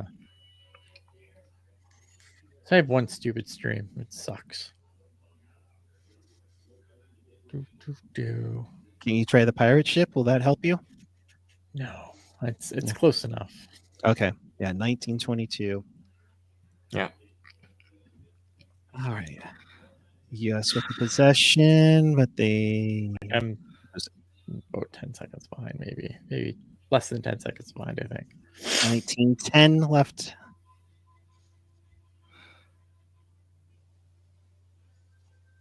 Gets that there. Canada loses it. Here comes Eichel. Eichel. Oh. Ooh. They throw it on net. Hey, I like it. Yeah. Throw it on net. Good things can happen. Exactly. Oh, they didn't call that icing? I guess they apparently thought did not. Close. Yeah, I thought that was going to be icing. Brock Nelson? No. Ooh. Come on, boys. Yeah, that should have been icing. Absolutely should have been icing.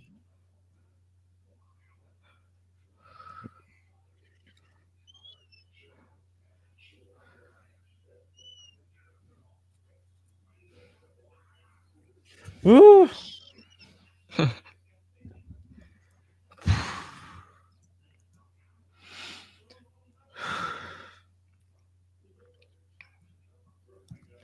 So. And oh Lordy. Are there hella dudes in overtime? Oh god. I can't see it happening. If there was, man, that would suck for it. Yeah. But Canada might have gotten away with too many, man. I see the replay here. Okay, I'm seeing the replay now. Oh, cycle. All right. Let's see. Oh yeah. Oh yeah. That's. Oh yeah. That's yeah. David Quinn's even going too many. Yeah. Too many. With still a hair not out of place for David Quinn. 2, 3. So. 4. Oh my god. Yeah, I kind of go with one there for sure. Mm-hmm. It's tied, Dustin. It's tied 2-2 in overtime. First overtime, about 3 minutes in.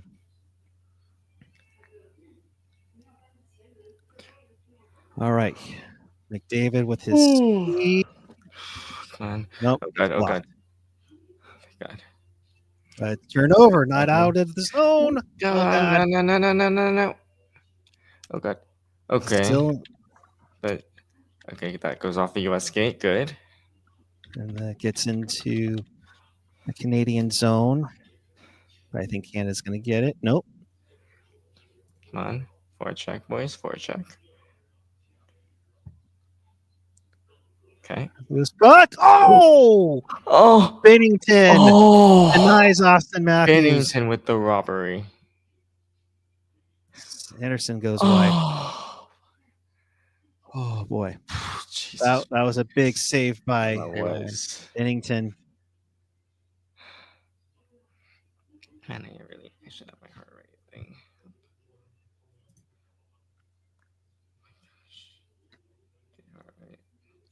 Here's a break for Canada. Uh-oh. No. Nope. Thank God. Okay. Tied up, but legally, I guess. Eichel 1-on-3. Oh boy. Oh my Good God. luck. Yeah, right? Boldy. Oh. Oh boy. Come on. But this, and it goes out of play. I mean, let's be real here, guys. Yeah. It's like playoff overtime. Oh Yep. yeah. That's a huge stop by Bennington. Great play. Nice pass from Gensel too. My heart rate's at 114, 116.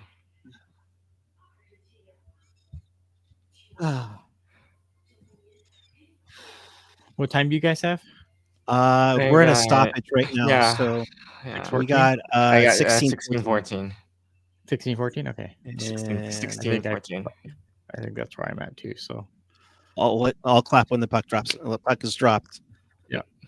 Full on Steve Dangle. Okay. Oh.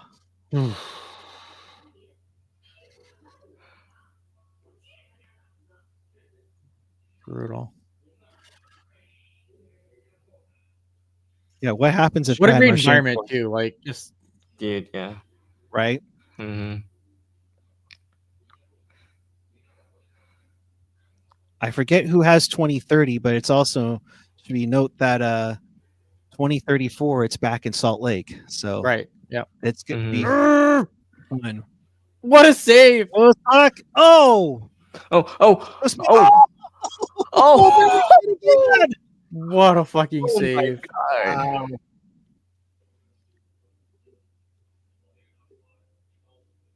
Holy What a fuck, Jordan save. Bennington! Oh, What a Lord fucking Almighty. save, man!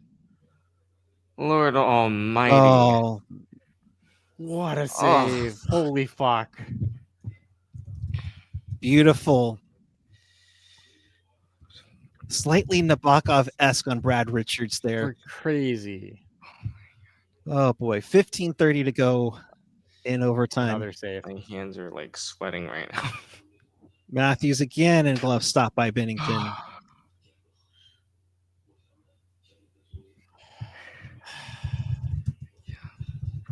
Oh my Skyler. Yeah, Skyler. I think I was talking mad shit. Apparently, Yeah, Jesse L. Like 2019 suddenly. Yep. Yeah. Oh, come on. this is the thing, especially in these one game like eliminations, right? Mhm. Like you just,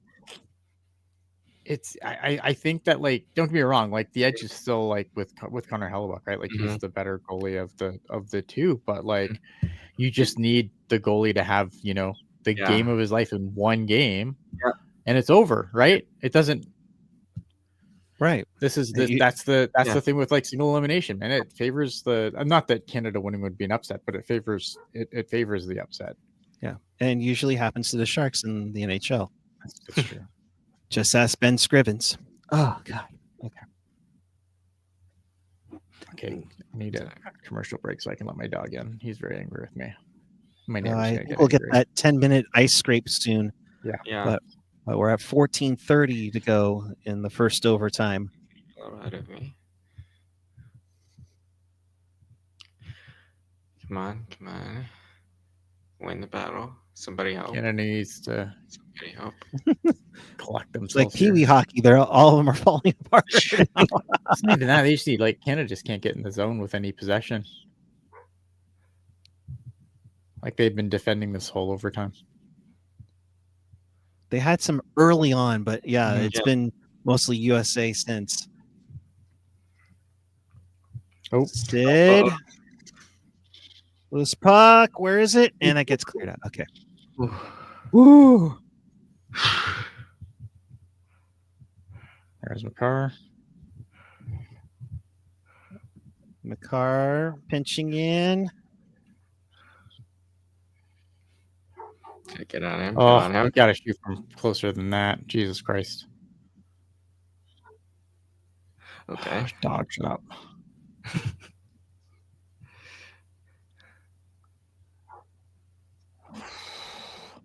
Point. That's What? blocked. Gretzky's shot denied. Larkin. Come on. Come on. Come on. All right. Reinhardt just dumps it in. Yeah. Change up for everything. 13 minutes ago in overtime. Thank you again for watching us. Appreciate it. We know you have many choices in overreact live streams, but we thank you for joining us. Really appreciate it. Jules, how long is your rehearsal? Oh, come on. Like, seriously.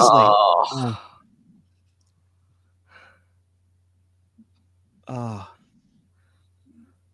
There we go. Rorensky getting in 1-on-4. Okay. Yeah, they're not really.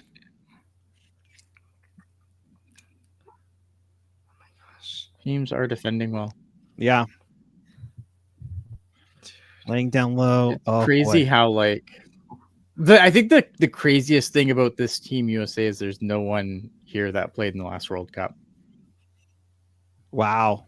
Oh. Meanwhile, there's like a handful of guys played. Yeah, it's a complete turnover for Team USA. Yeah. Okay. Like, obviously, there's guys that played on Team North America, but icing. All right, I'm gonna go. Icing. There's your icing with 11:50 to go. It'll be a quick one. Go. There you go. Yeah. All right.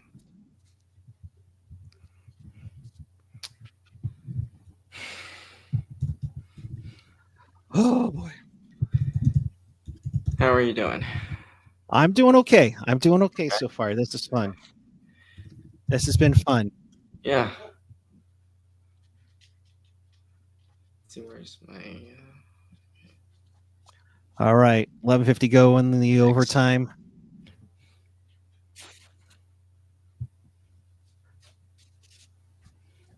Puck is dropped. Loose shot. McDavid shot it wide. Yes! McDavid scores!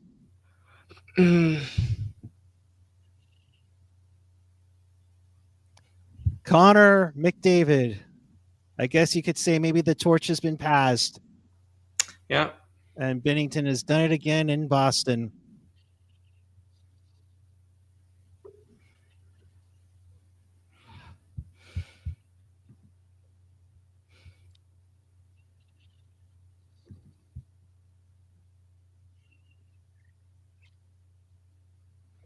You know, I feel bad for the fans in Boston though, because all the US's games were their best games were in Montreal. Yeah. They didn't win in Boston.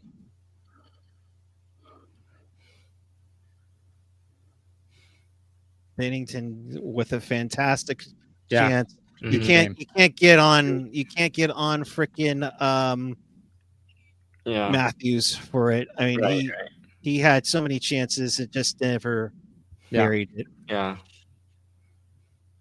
But also, what did you say, Ian? Something about Bennington's making the critical saves, and he did. Yeah, he did. Like he didn't. There was no. All the goals that he let in today were fine. Yeah. And I look at that's Connor McDavid. I don't think I know a lot of people are gonna clown on Hellebuck. They're gonna clown on Hellebuck and Matthews too. but I wouldn't like. I Yeah, no, don't. that's Hellebuck didn't lose in this game. Like, you can't leave Connor McDavid yeah. open Wide with absolutely open. no Yeah, one around. Like, I'm there's looking at the nobody picture right around now. him. Yeah. How do you Right? do that? You can't. Like, you can't let Connor McDavid be that. Yep, and they're talking about it right now. Jordan Bennington with the huge. No, good for him. Like, plays an you know what? overtime. Yeah. Good for him, man. Because, like, again, like, he's been. Also, I think we should probably say GG to you, Ian. Yep. Congrats, Ian. It was a good game, man. Like, Yeah. Hell of a good game. Full marks, Team USA. Yeah. That's huge.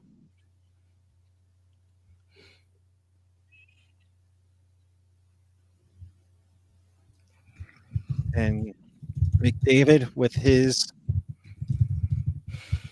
golden goal moment.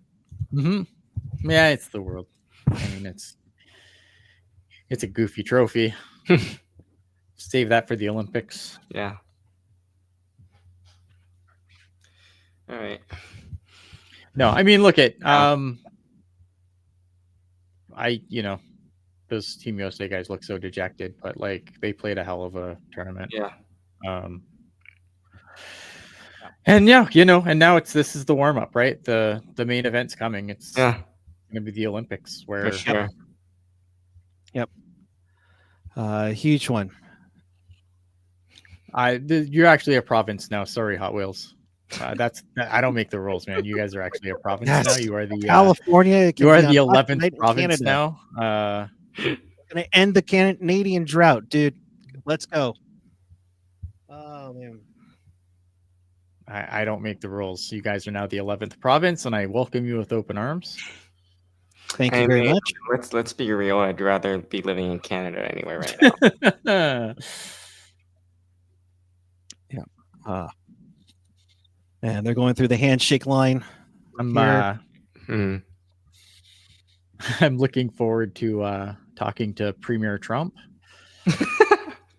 Oh boy. Oh, we're going there now.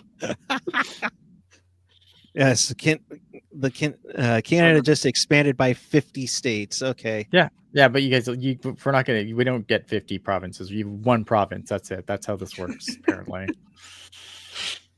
Free healthcare now. Woo! Right.